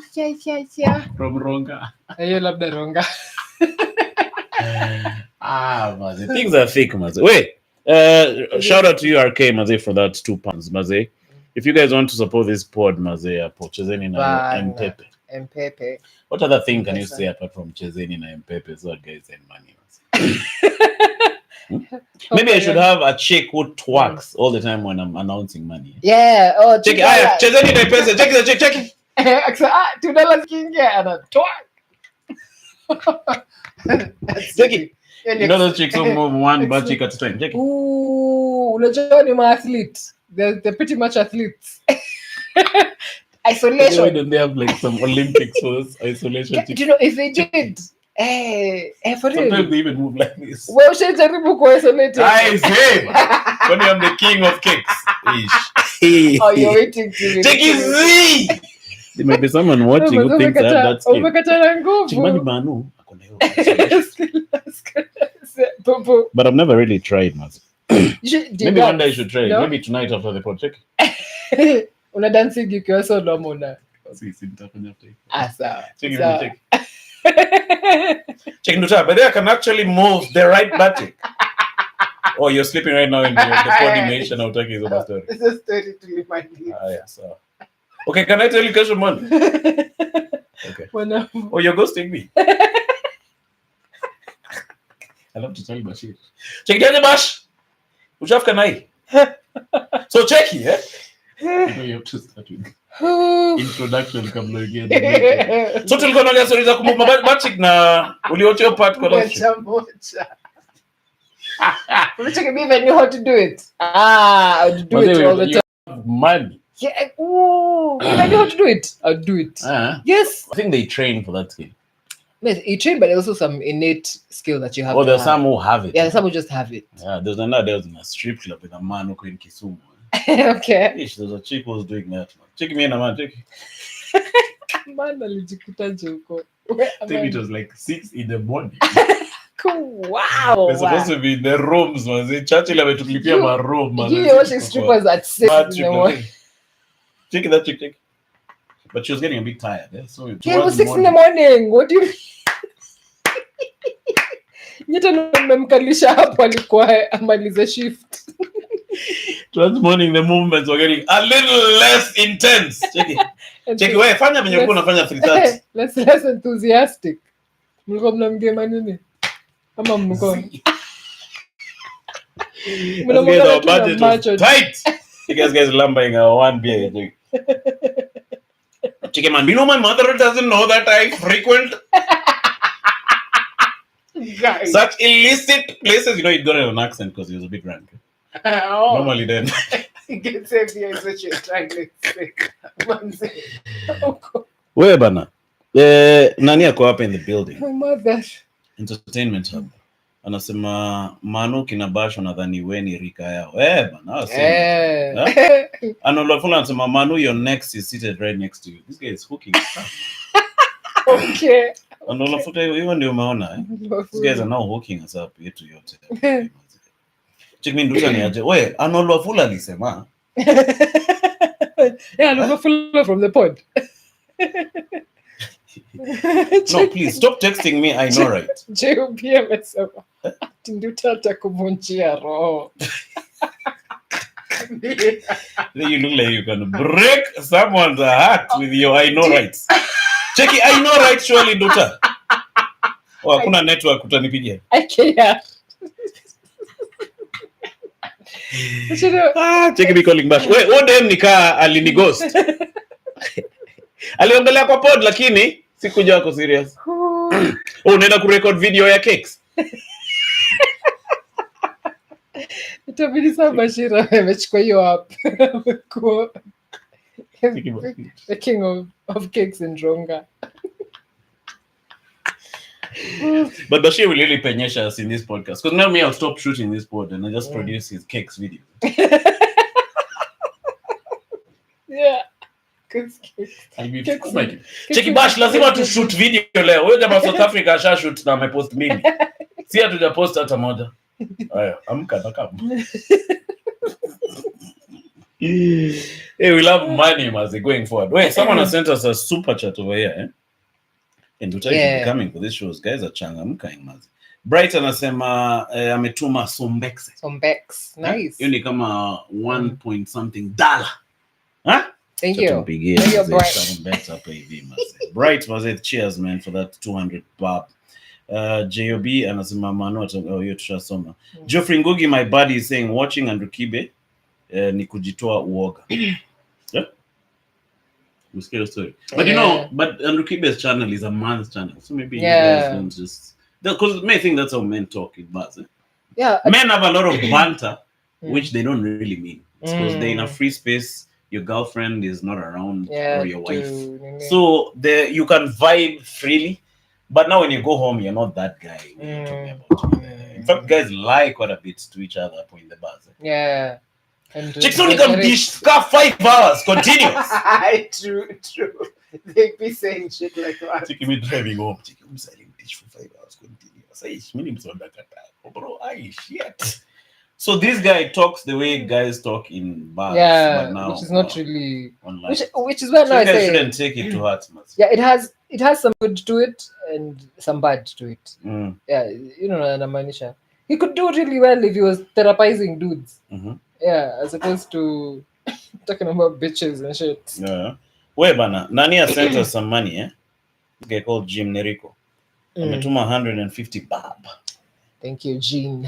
Shout out to Jim Neriko Mazek for coming through with that 150. Hiyo ni kama $1. Can you imagine a whole dollar, Maz? Yeah. In this economy? In fact, it's slightly less About than $1. us. So shout out, eh? Dollar ilipanda. The dollar mazee imeenda siku hizi. We bana, endeleeni kucheza na Mpepe mazee, Jim Nerico style mazee. Nani Nduta maschomoka from here yake yote kama amefurahi yake, amefurahi. Hapo na furaha. Sasa anaona chiki rock amenigotea. Asante nimegoteka rock. Oh, ROC.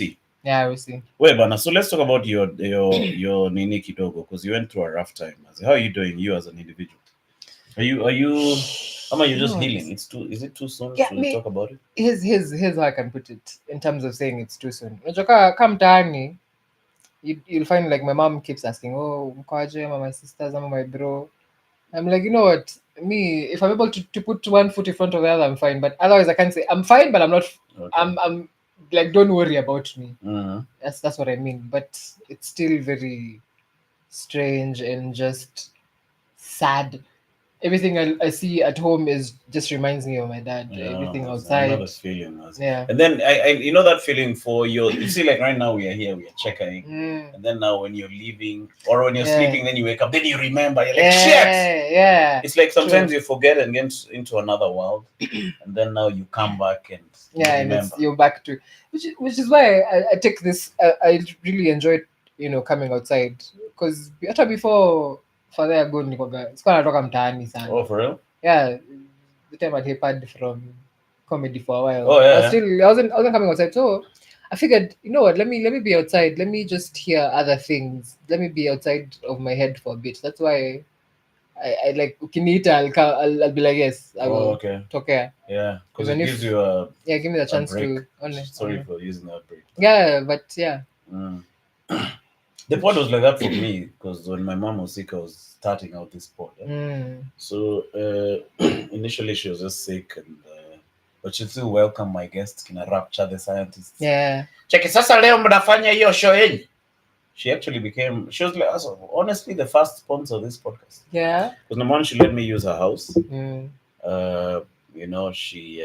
She cook for the guests. So she'd make sure there's some mandazis, like she was so, I don't know why, because that wasn't her normal nature.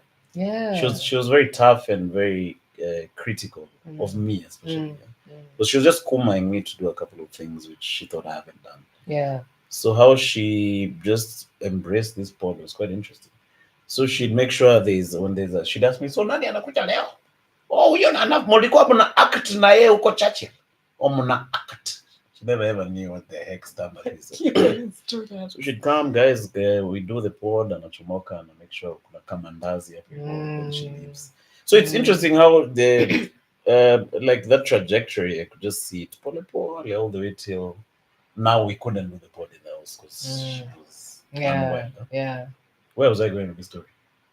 You're saying how she was embracing the pod when you started. Yeah. So I was telling you. So the pod was kind of like a lot of therapy, even after, because guys were seeing the journey all the way through, and then after.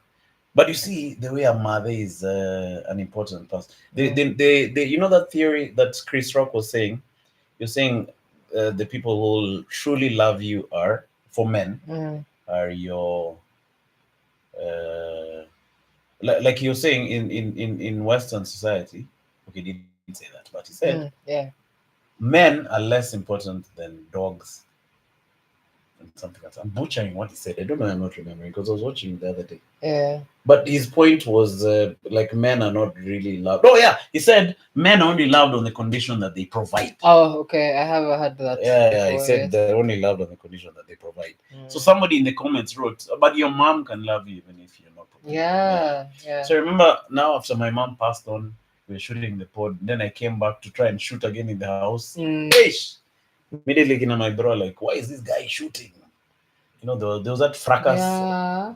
Remember I talked about it on the podcast? No, I didn't hear. There's a day we were there, squad flani mazi tunashoot podcast. Wasema wamecheka yao yote. Then my bro showed up.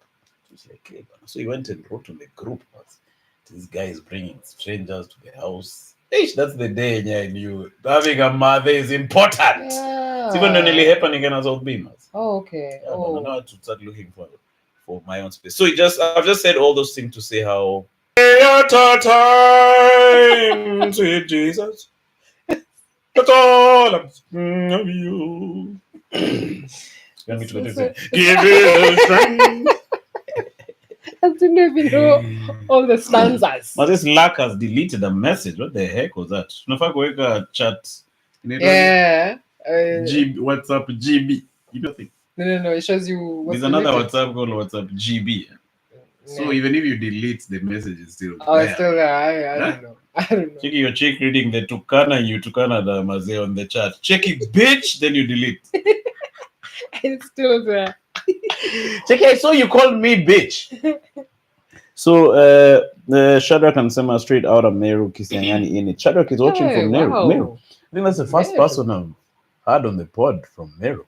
But there is you're bopping, man. What kind of etiquette is this in this podcast? So Shit. that's the body. That is gross. Bodies are weird. Straight out of Meru. Slack, rudisha your message hapo to skills. By the way, is your Shags, Nduta? Shags is in Gatondo North, a place called Oh, for real, hapa tu? Yeah, Nova, and then in Githongori. Oh, okay. So ni Msapere original. Original. Lakini una hizi vibes za Kisapere? Yeah, I'd say I have more now since I've been living at home. What do you mean? Yeah, because you know my parents they used to speak Kikuyu all the time. Oh, for real? And they tell me stories about Kikuyu and about the past. Oh, they used to tell you stories about the past? Yeah. Mobi nini? Yeah, and all. Cheki what ye ko Bdora menya Mobi. Haya. Nego. Like there's many things I've learned about being a Kikuyu just because I moved back home. Otherwise, can't sing. I moved back home. When did you move back home? 2020. Why did you move back? I had some episode. Oh, for real? Here's the thing. I had this thing called atonic seizures. What the heck is that? Yeah, it's like your brain. I was very stressed, and my brain was trying to help me, so it would shut down for a few seconds. Damn. Yeah, like shut down unadunda pale huko. Yeah. So unadunda alafu do you get a shiz up?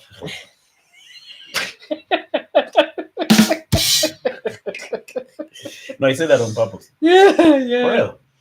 Yeah. Such an easy thing. Shiz. So do you get a seizure when it shuts down?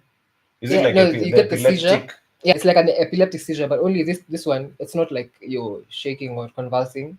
It's just that it's like a silent seizure, if you can put it that way. So it's like unazima tu, then unarudi. Damn. Yeah. So how often would that happen? It's happened a couple of times since in 2018 is when it was really bad. I fell. I was in tower waiting to catch a mat. Fell, got a skull fracture. Damn. So you fell and you're knocked out. Yeah. I can imagine if you're there with the Rex puppy. You know Rex puppy? No.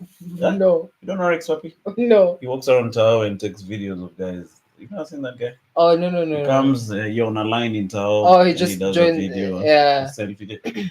I'll show you. So you fell and fractured a skull. Yes, and you know the weird thing is, okay. So I went to the house. I was living alone at that time. So I went to the house and I was like, hey, the next day I was like, you know what? Let me just go back home for a bit. So I was hospitalized for a bit till I healed, and then after that, I went back to my house where I was living. But then I used to have these recurring thoughts of like, you know, if I died here, I never used to speak to anyone other than the caretaker. I never used to speak to anyone. So I was like, hey, hapa naweza go na 2 weeks ndio msana kuja kujua. Shit. So it steward me. Yeah. So I was like, let me just move back home. Yeah. So did those things squish up? Not really. I can't say. It happened again last year. Yeah. So what do you think triggers it though? I can't even say. I can't even say. It can't be stress, right? Because that day you're in the line in Tawi, were you stressed? I was very stressed then. In 2018, I was very stressed. I could feel it in my body. But now, I try to manage my stress the best I can. But it's not something that you can really do at your 100%. Yeah. So just try to chill as much as possible. Yeah. That's life too. Yeah, that's life. So many of you guys have all manner of challenges. Yeah. when you're hooking up with someone, you really have to ask them deep questions. Yeah, it's Cheki loyal inside gani mnatoka wewe. When you go and do research up in loyal, those guys, their family is okay. When guys there with the biggest butts like that guy for South Africa. Cheki. You should go and look for that guy and have him on the pod. That's about his ass. Check it. In regard to Nyamalomi, I think it's called Nyamalomi or Nyamaloshi. Nyamaloshi, how did you come up with this? Has your butt always been that big? Check it. My butt has not always been this big. My butt. The thing about my butt is the bed crack. The thing about people talking about my bed crack, I don't care. Because in the end, I'm the one receiving the money. Man. Okay? Okay, let me do for you some moves. Check. It looks like he could crack a nut with his butt. That guy is a dangerous guy.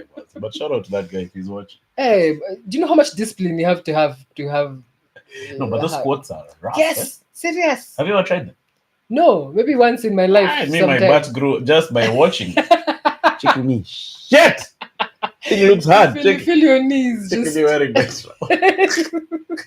Your butt. Hey, I should stop watching that guy's videos. I don't watch it. It triggers your gluteus. It's stretching like the universe. Yeah, but chikimanu kwani wewe nini wewe unadish sana. Wewe rasa yako inatokea sana. Chikazini me watch videos of boy climbing. Anaitwa Nyamalosi.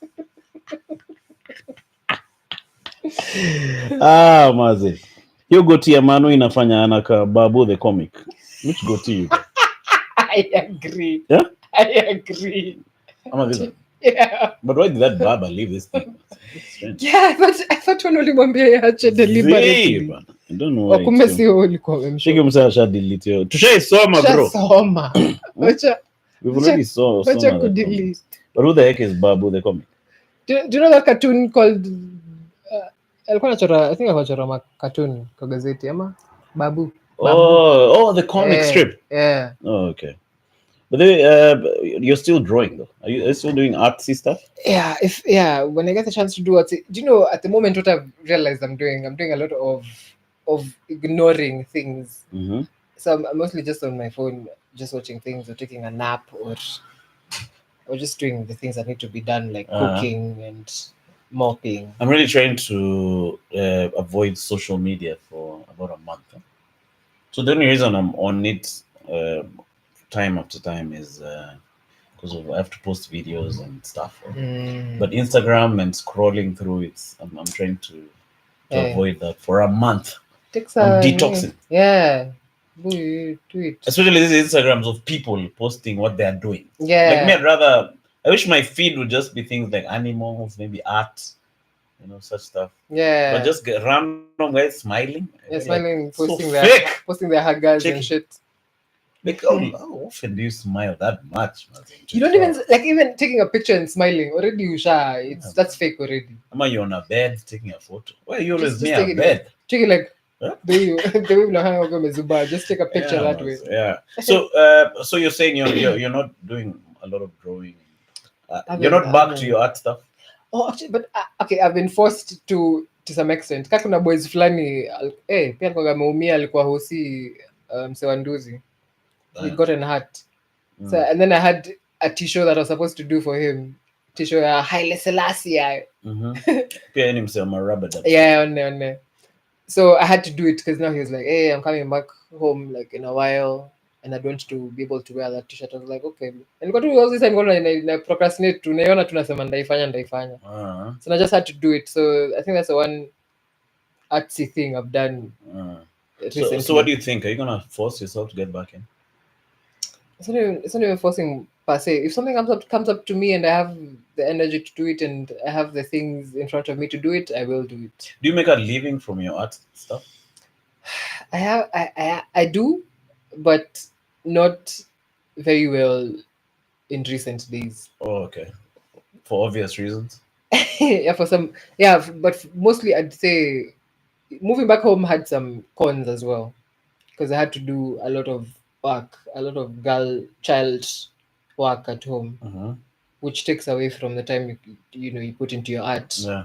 So unless I'm doing something really short and small, I'm not able to do like any big things or things that take time and you need to get in the zone for. Mm-hmm.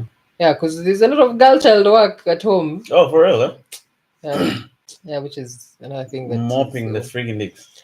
mop, fungulia the condos. You guys have do condos, dishes. Yeah. How many? 6. Not too many. Yeah. Do you eat them? But yeah, we've eaten like 2, I think. That's heartless, huh? Miss Kwangi wa your form. That you sick poor baby. That Take it at night. I don't like. Until you feed them and then now you come and ingest them. I don't like it. It's painful, eh? Yes, like you saw my ndigi. So, e-pod mazee wase wamenyamaza. By the way, we weren't even supposed to do this long. Oh, is it? For a few minutes, I love to talk. Tulikuwa tunafanya quick hapa. Oh, ilikuwa quick. Yeah, but my stories zimebamba hapa hivi. By the way, I just want to read a couple of comments. Those zimepotea. Wacha tuone kana hizo retrieve. Short nipunguze volume kabisa.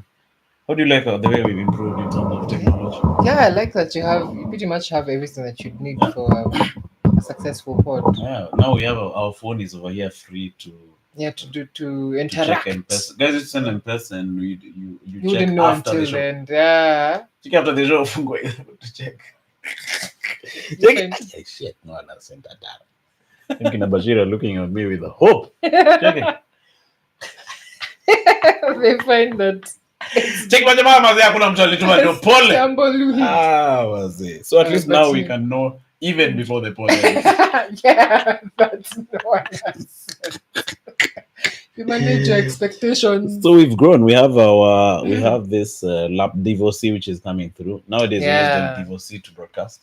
Yeah, that's cool. And then we mounted our telly up on the wall. Yeah. So I feel like what this pod needs going forward is I was talking to another guy called JR. JR is a podcast guy. Shout out to him. We're saying maybe we need an iPhone for better quality for offline videos. Oh, the nini mara zama nini iPhone 13 and above.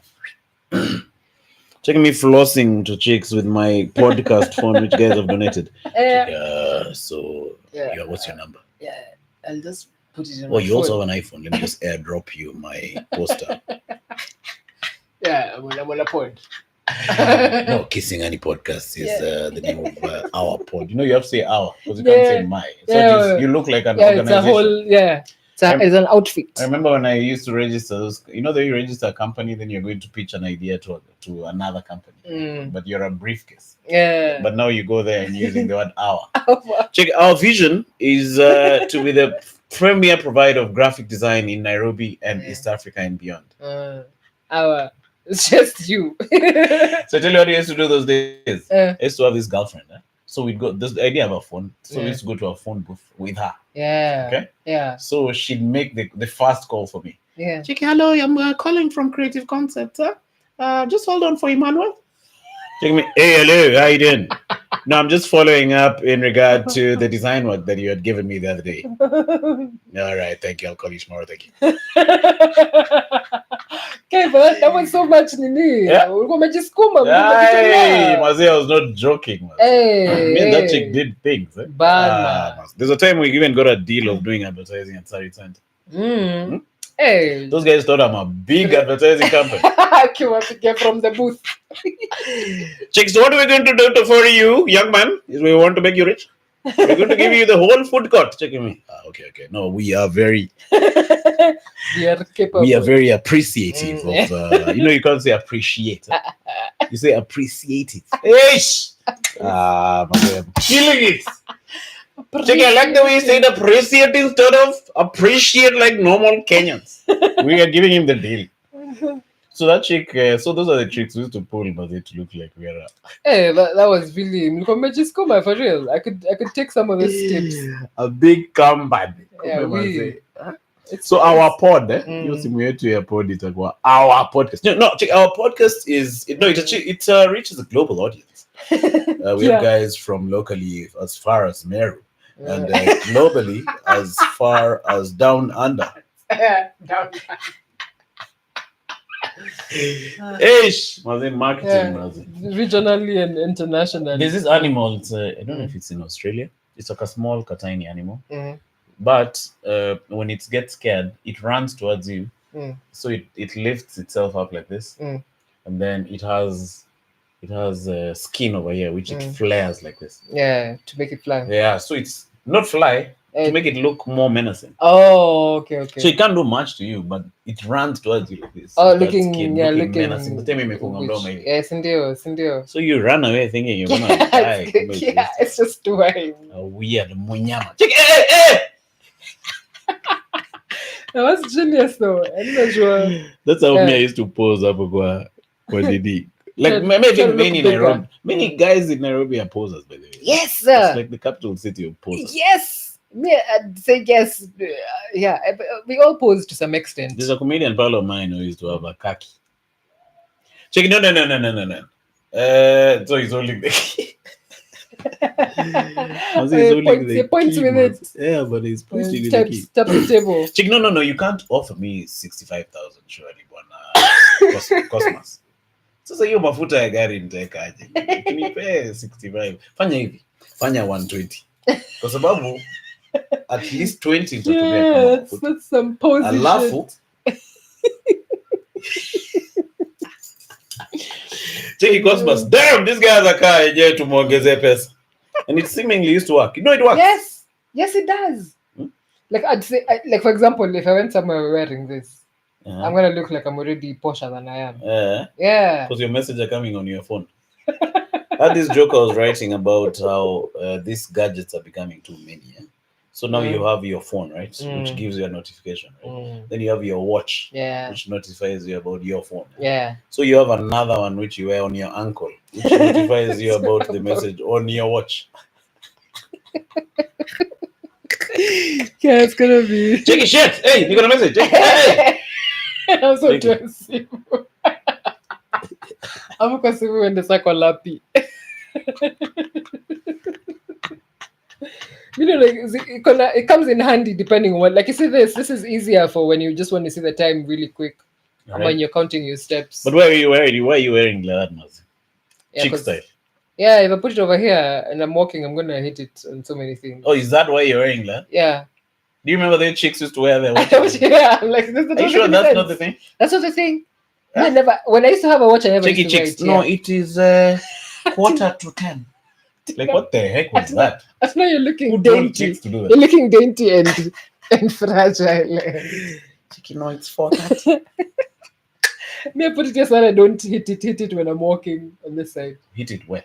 Like on a wall or something. Okay. It's gonna scratch up.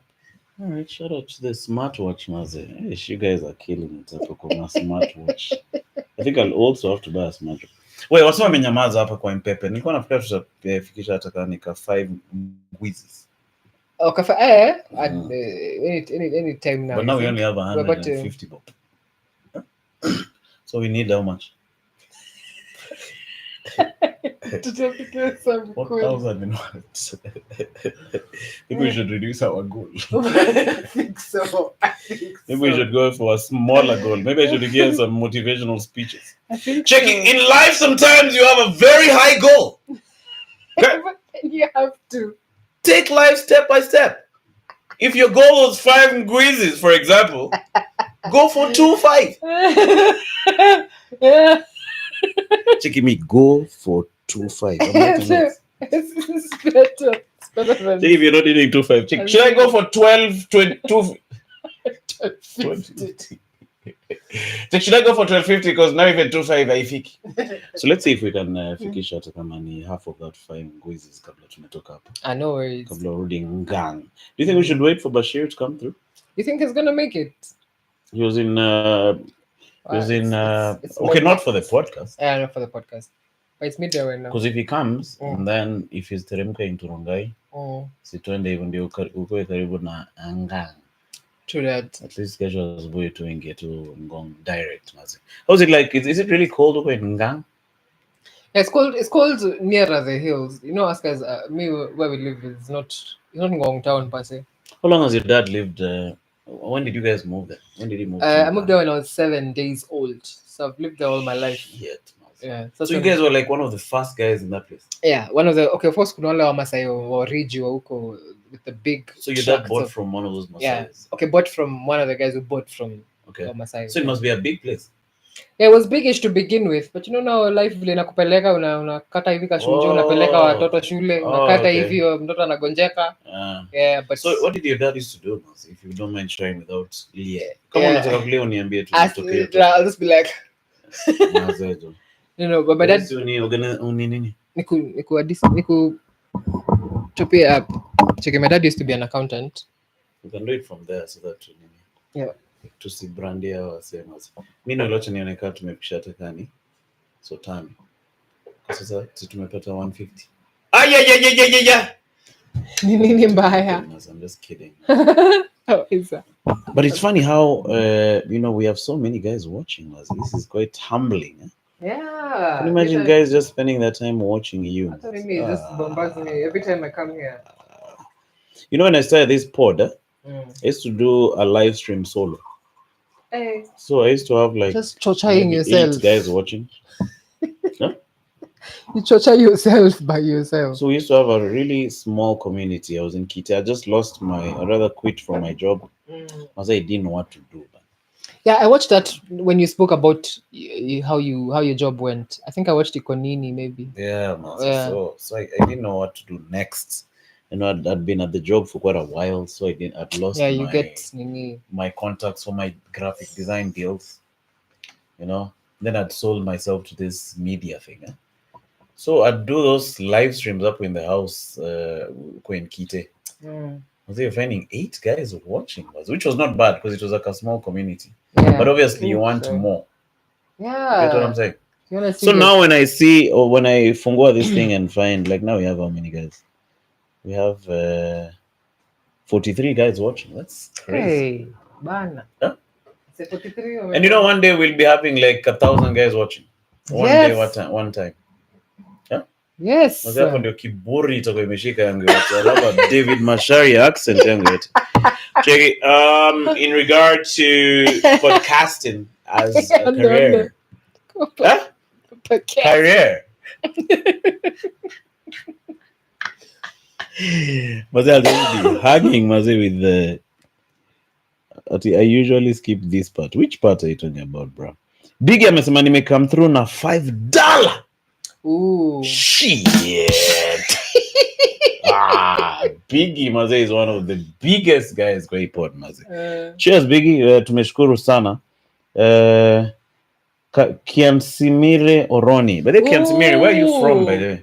I know. That name is quite... Ama, you know him? Yeah, he's an artist. For real? Zod Files, yeah. What the heck is Zod Files? That's I think his name, this alter ego name. So he's not called Kiansimire? No, that's his actual name. Chansimire. Yeah. Is he Rwandese? I don't know. I think he is. I don't know him that well. Oh, but you know. Yeah, we know each other. He's an artist. Oh, the friends on Facebook. And, yeah. Oh, shout out to him. The reason I'm asking, yeah, shout out to you. I see him a lot on the comments. Oh yeah. Oh, he must be a fan of you of the pod. Yeah. No, shout out to Chian Simiri. And this will go down as one of the best shows from Kisiangani pod. Wow. We are killing Nduta, man. We don't need but freaking sheer, you guys. But I'm kidding, man. Shout out to Bashir. We need you, Bashir. Shout out to Bashir. Bashir weni mtu wangu mbaya. Bana. So nasema this will go down as one of the best shows from the vulnerability, the laughs, the soul-searching questions, all wrapped in layers. Very honest and very cool. Wow. Shout out to Mr. Axie. Bana, Zod Files. Those guys are just vibing over here. Yeah. We didn't even have a script. Yeah. But then tunaongelea nini labda? Tuko serious kweli? Tuko. Momanyi Makori anasema kuna 3 sock kwa till number. Okay. Ooh. We are engaging. We are about to hit our goal of 1250. I already managed your expectations. I'm gonna worry. Wase ujitolea. Check it. How to make 1250. Number 1. Goals. Banter. Shida yangu nilikuwa na very high goals, but you have to manage expectations. Okay? Jamais. Tweak it.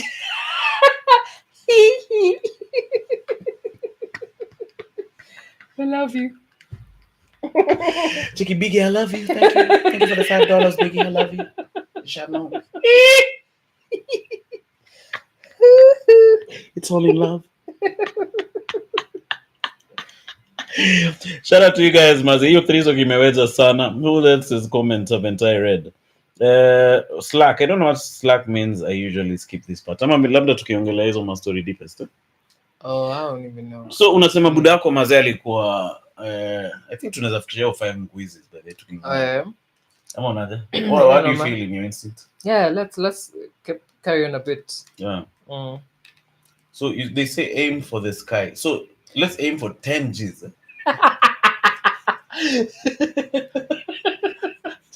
I'm not gonna check a different thought. But yeah, yes. Check me doing motivational speaking with my David Mashari accent. Check it. Hey, what's up, guys? How you doing? My name is Dimao Singani from the Kisingani podcast. How I made 10 G's. I aim for 20. Yeah, so aim higher. Take it too easy. Aim for. Aim for 20, get 10. Do you remember that Kenyan cop, the Nairobi cop who used to have an American accent? Nah. Plaza Kikuyan. Check, the thugs were attacking the militants from an actual high perspective, and we responded fast. Yes. And the wrecking squad attacked the militants and neutered them. Wow, I've got a vocab. Even the militants are not understanding what he's saying. Check the militants. Check. You guys, we were neutered. That was the best and brightest Where did he of go, the that police guy? force. Maybe he got that job just because of his accent. Check, what do you do if a thief chases you, Corporal James? Check it. What I'll do actually is take that guy. No, you'll be the commander of Nairobi. Because when you unaongea, you itatoweka. Alafu unajua Nairobi is a capital city na need mtu akona accent kaya. So, someone who shares the Check, face. I appreciate Riri because I had a very high idea of being the whole OCPD of the country, but they say aim high but hit low. Can you be an OCPD of the country? Ooh, That's no. not making sense. Yeah. My jokes are not making sense, even to me. No, Check, Manona you're saying he was aiming high to be a CBD of the country. Then he got a CBD of wherever.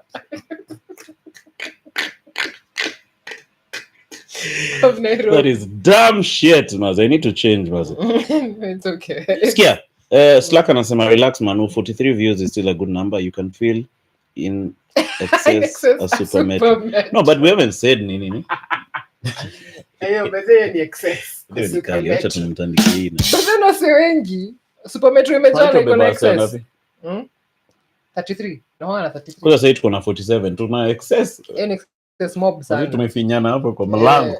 And we are still ingiza guys. Check, kuna space, ingia watu watano. Ngine wakona anashuka Kuna ingieni. Kuna watu watano. Check guys, us on your, because when you're seated there's a guy who's sitting. I don't like sitting on those row seats. Yeah, I also. Because an ass will be on your butt, on your face. Yeah. Check. Yeah. Yeah, I've had asses on my person a lot. Mm-hmm. Oh, for real? Yeah, you're sitting on that. But when I was On younger, my there was shoulder. not time that Yeah. a chick whose ass was on my shoulder. You didn't mind? Nice then! Checking me. That's what happened. Happened just Check that ass, and then you know it sometimes it hits a bump. So and then it goes. Checking me. That was the best ride in my life. Almost found myself spitting my space and going all the way to Outer Ring. Check, wewe ulisema unashuka Outer Ring wewe wa miwani. Listen to some double standards za hii dunia. You see, if you're sitting on an aisle seat and the chick's butt is over here, it's all good. But the converse. If it's a dude's butt, that's terrible. If it's a dude's butt on my shoulder, that's even worse. And then the guys who work at their crotch. Yes, and then your crotch. Yes, I've been grazed by very many. And then when they move, some even get turned on, right? Yeah. Shit. Some are gonna rub. It's a hard one. So now what do you do, man? You just lend. Yeah, what can you do? Sema chrome hivyo design mmeshikana utafanya aje? You can't So songa you just anywhere. take it like a woman. You just take it, man. Oh, see, that's nasty. It's nasty as hell. You will suffer. There's another day I decided to use the train from Embakasi. I don't know what I was doing in Embakasi. It was So I went to Tao. There was a dude who was just standing like openly like this. yeah. And that chick was just standing there. I was sort of Utafanya nini? And this guy is doing it deliberately, that's for sure. I think the guys even just panned at the train for that. Yeah, just to do that. Yes. Okay, we need mud cleansing. I think I should take the whole of night to Luandeti for cleansing.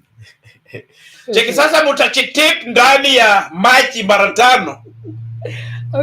Huyu Pashira alikuwa ana shida sana kabla Emmanuel amlete hapa. Aliona papake akifanya kitendo cha. Sasa ni mtu amepeja anafanya hii channel yake ya cakes. Wanauza cake. Cheki baadaye Louis and him knowing see ile cake. Different cakes. I wish I had clothes that had a bit of a kateza in them. Yeah. To tase those freaking what are they called? Perverts. Yeah. No, that's terrible.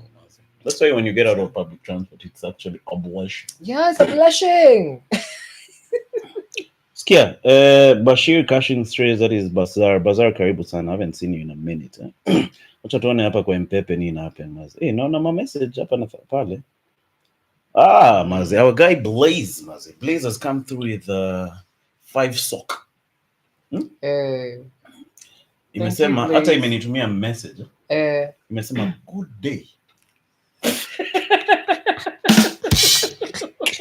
I'm like, good day. But it's at night. These guys should program their thing so that at least when you come in morning or night. So Uyu Jama Blaze has transferred 5 sock to M-Pesa. Wow. Santi Blaze.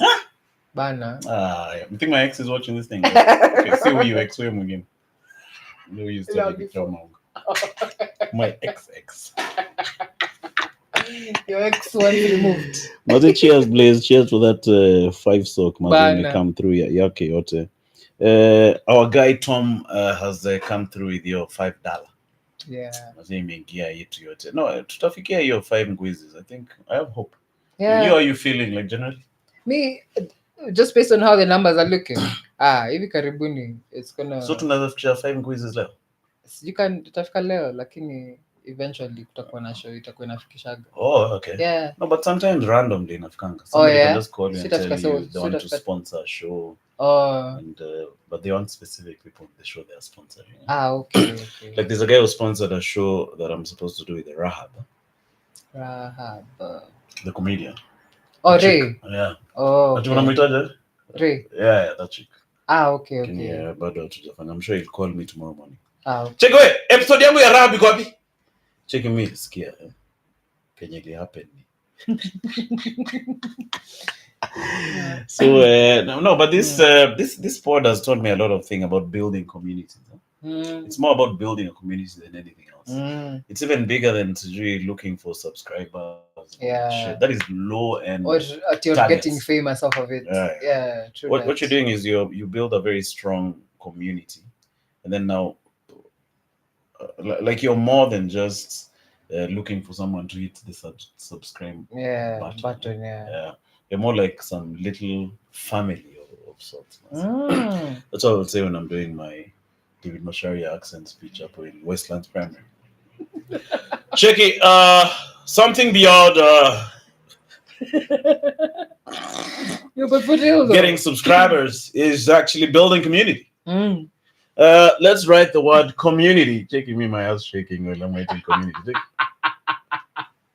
Check, sorry for the shaking of my ass like that. I've been watching a South African cake, man. And I've been blessed. My ass wasn't this big in the beginning. If you look at me back in the day, the year 2023, this was my ass. But now my cakes. Cake. Black Forest does nothing on this cake. Okay? So what's the point? So the point is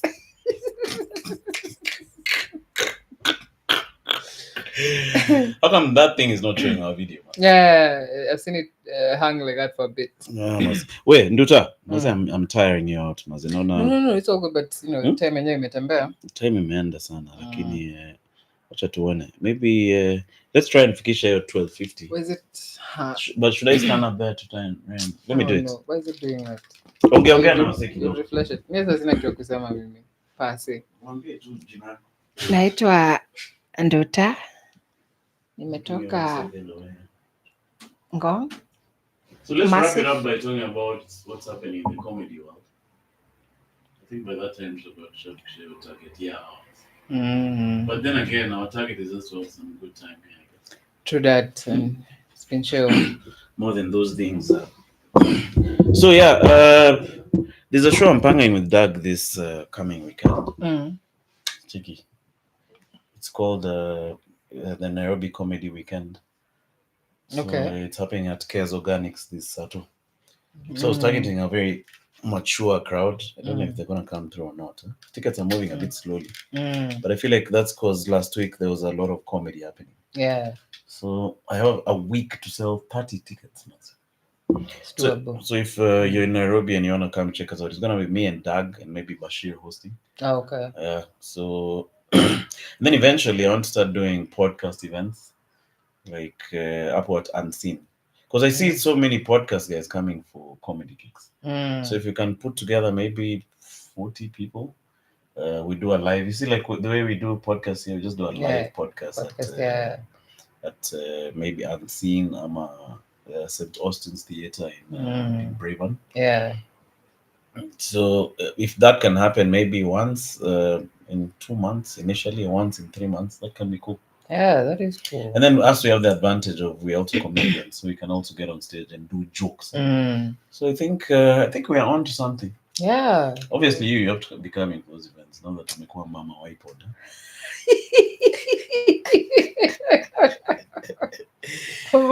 That's the first time ushaitwa hivyo. Mama wa pod, wewe ndio mama wa iPod. Kuna dem mwingine anapanga kwanza kuna hizi live stream usiku. You have to be mama pod to show up over here. So yeah, that's the plan for the podcast. Steve Chalo is a bit AWOL kiasi. We're just sorting out a few internal issues with 1, 2, 3 with him. Laptop kama atarudi ama hata wairudi ever. But we'll see. Yeah. But I like that guy. Yeah, kona psych. Anapanga amejitolea kiplani. Then it was also maybe a young guy. You know, even me when I was young, I used to make some mistakes. Rash decisions. Yeah. So sometimes I'm torn between ignoring and just, I don't even know what I'm saying. Maybe setting boundaries. I don't know how that can be said. Yeah, that's because it's still a professional thing that you're trying to run. True that. Yeah, man. But in terms of his personality, I love that young little rascal. Yeah. But still have to keep things. Yeah, keep him in check. Yeah. So that's why you guys are not seeing him much. But tutaona mas. So we'll see how it goes. Video what's cutting. That's umepiga hiyo kitu. This thing will last, mas. Cushion itaisha. But I've really enjoyed this pod. This pod was totally unscripted. Yeah. Nduta didn't even know she's just gonna be alone with me over here. So I think nilikuhit now surprise fulani. Yeah, but it's all good. Check me, okay. Let's just go upstairs and then we start podcasting. So like when there's more people in the room, a lot of things are said. And Checky, so we're about to start the live stream. Checky, why are you talking like that? How? Yeah, what's up with your voice? There's another chick who was telling me she came for the podcast. So she was telling me about that. She likes me. Yeah.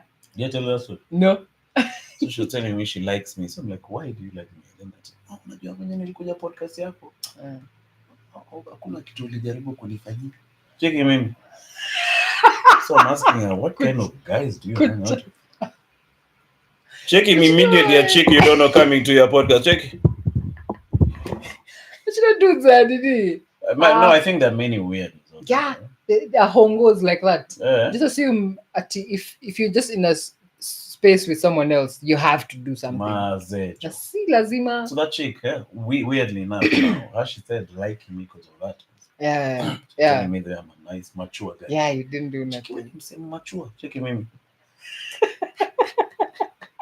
How we got into this conversation? Yeah. That was so that chick fell in love with me out of my maturity. And mazee mimi nilimwambia pole.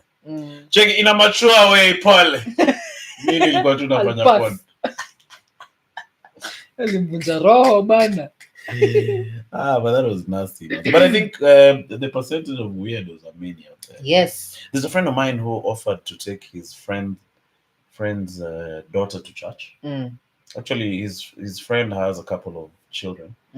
So he was like, I don't know how. I don't know the backstory. Yeah. But what happened was, his friend gave her one of his daughters to take to church. Yeah. But he was saying, even when he was with her in church, he was just thinking, it was a nervous thing. Yeah. Because she's 16 years old. You know, you're a guy. Yeah. You know, you're with this little girl. So even her, he noticed she was a bit, tense, calling all the time. Like, Yeah. How are you guys doing? So after the service, he just dashed her back he went and bought some food for everyone else and took her back home. Yeah. So now the next week she said, you can even go with now everyone. All the other children. Yeah. I called him today and he didn't call me back. I think today was the day he was coming with those other toys. But my point is, it's even trusting someone with even your own toy, even a male kid. You know, like someone can just go with your toy and do very bad things to them. It's a weird world. Like close people, uncles. Yes. And yes. Shit. You can't just be trusting of everybody. But where's the world like that? What wamepata ni mental health issues, I guess. When your mental health, your niece is not safe with you. Because most chicks are molested by their uncle. By people close to them. True. Uncle. Was it your bro? Because the man assuming it's your wife's brother. And it's a bit far removed. I don't know. Yeah. Or cousin. But it's a bad thing. Hopefully the earth will be better. You think it's gonna get worse? Yeah, it's gonna get worse. What do you mean? We're gonna die. Bashir, remember Bashir? Chicky, we're going to die, guys. We're dying. Hey, that pod was an award-winning pod. Yeah, but it's a reality of things. There's so many things that are getting worse, and they don't look like they're gonna get better. Yeah. And maybe hoping for better is just being naive and dumb. Yeah. On that note, on that very high note, I don't think we can go on a higher. When Nduta, yes, was it thanks for coming through for this podcast. Thank you for having me again. And I think it was this guy was saying it was a very fun. I never knew where we're gonna go with this shit. Yeah, but I think we've gone We've done something. Yeah. So Bazar says didn't know there was a live today. Slack keeps deleting videos. Eno kanasema. Yeah. Shamba. Take it to 5 views. There's a guy on TikTok called Michael Justice. Have you ever followed that guy? No. It's funny. He's a dancer. Yeah. But he's doing Michael Jackson training. He's doing basketball. So he keeps doing those things. Check it. I think it's funny. Let's go check out Michael Justice. On TikTok. Are you on TikTok? No, I'm not, but I get. Is it on purpose? Yeah, I don't even know where to start. Yeah, but you're an artist. Yeah, I'm an artist. But if you're an artist, you got to be on these platforms, you know. Even if it's just posting your art. Yeah, I will get on it eventually, but so far I'm not on it. Yeah. I think get TikTok, mazejo. Yeah, icona reach. TikTok, same as. Unajua follow ko Antarctica. Kenya tu fulani ya Antarctica check. Huh? Kenya no John and the guy annoyed. Episode titled Couch Casting. What's couch casting? I don't know. Because we've been sitting on the couch. I don't know. Maybe it's a reference to something. I don't know. No. Hiya, Nduta. Yes. Cheers. You guys. Thank you. Thanks for joining us on this very random live stream. Shout out to Bashir, who's not here. Bana. Tumpigie tumuulize amefika. Kumpigie labda karibu. Ama atazama tu katikati ya kichaka pia. But maybe he's still watching this. This technology is dope, eh? yeah. We Bash. Yo, wagon. Mazi sasa tunamaliza pod mazi. Mmemaliza. Nimeona bana mmeniingilia pod mzima. You guy hatujamaliza ndio phone call ya mwisho alafu we log off. You guys, but I've been the butt of all jokes, including the king of cake. Can you imagine? Usha volunteer wendo itabidi ufanye. Yeah, wazee nimepeana juu yake ya Mungu damn. You guys, you've been the butt of these jokes literally. Figuratively both. Wait, so nimefika wapi mazeni? Mimi niko kwa Matia Ronga you guys. But you guys nilikuwa tukopitia hapa Nduta mazee mteremke hivyo. Nini? Nilikuwa nataka tuteremke hivyo na Nduta. Ronga. Ushapita mada? Zizi. What do you Nimepanda Matia Ronga. Maybe you should shuka here and then ama Nduta, what do you think? No, let me see if I can catch an Uber. Oh yeah. Yeah. Wewe Nduta amesema atachukua Uber iza Uber. Sawa, ina shida. So uko kwa Matia Ronga lakini. Okay. Umesimama ama umepata kiti? Ni mat bana si basi. Oh sorry. But you guys tumekumiss leo kwa pod yenyewe. Bana. Hiyo ni uongo hiyo guys. Mimi ndo nasema I was defenseless against the accusations yani leo yani siko na any defense bana. Ninipeana tu. Mimi siko na ubaya, nimekutetea. Mnipeana deadly. Oe, sawa Bash, wewe tuongea kesho basi. Sawa. Poa. So Nduta, it was nice having you. Nice to have you. Guys who are watching this podcast, man, 36 people who are still here. Thank you so much for coming through. See you guys on the next one. The guys who sent Mpepe. Appreciate it. Hey, bana. Nasema demo. Ama demo wasimame ama wainame. See you guys on the next one. Cheers, man.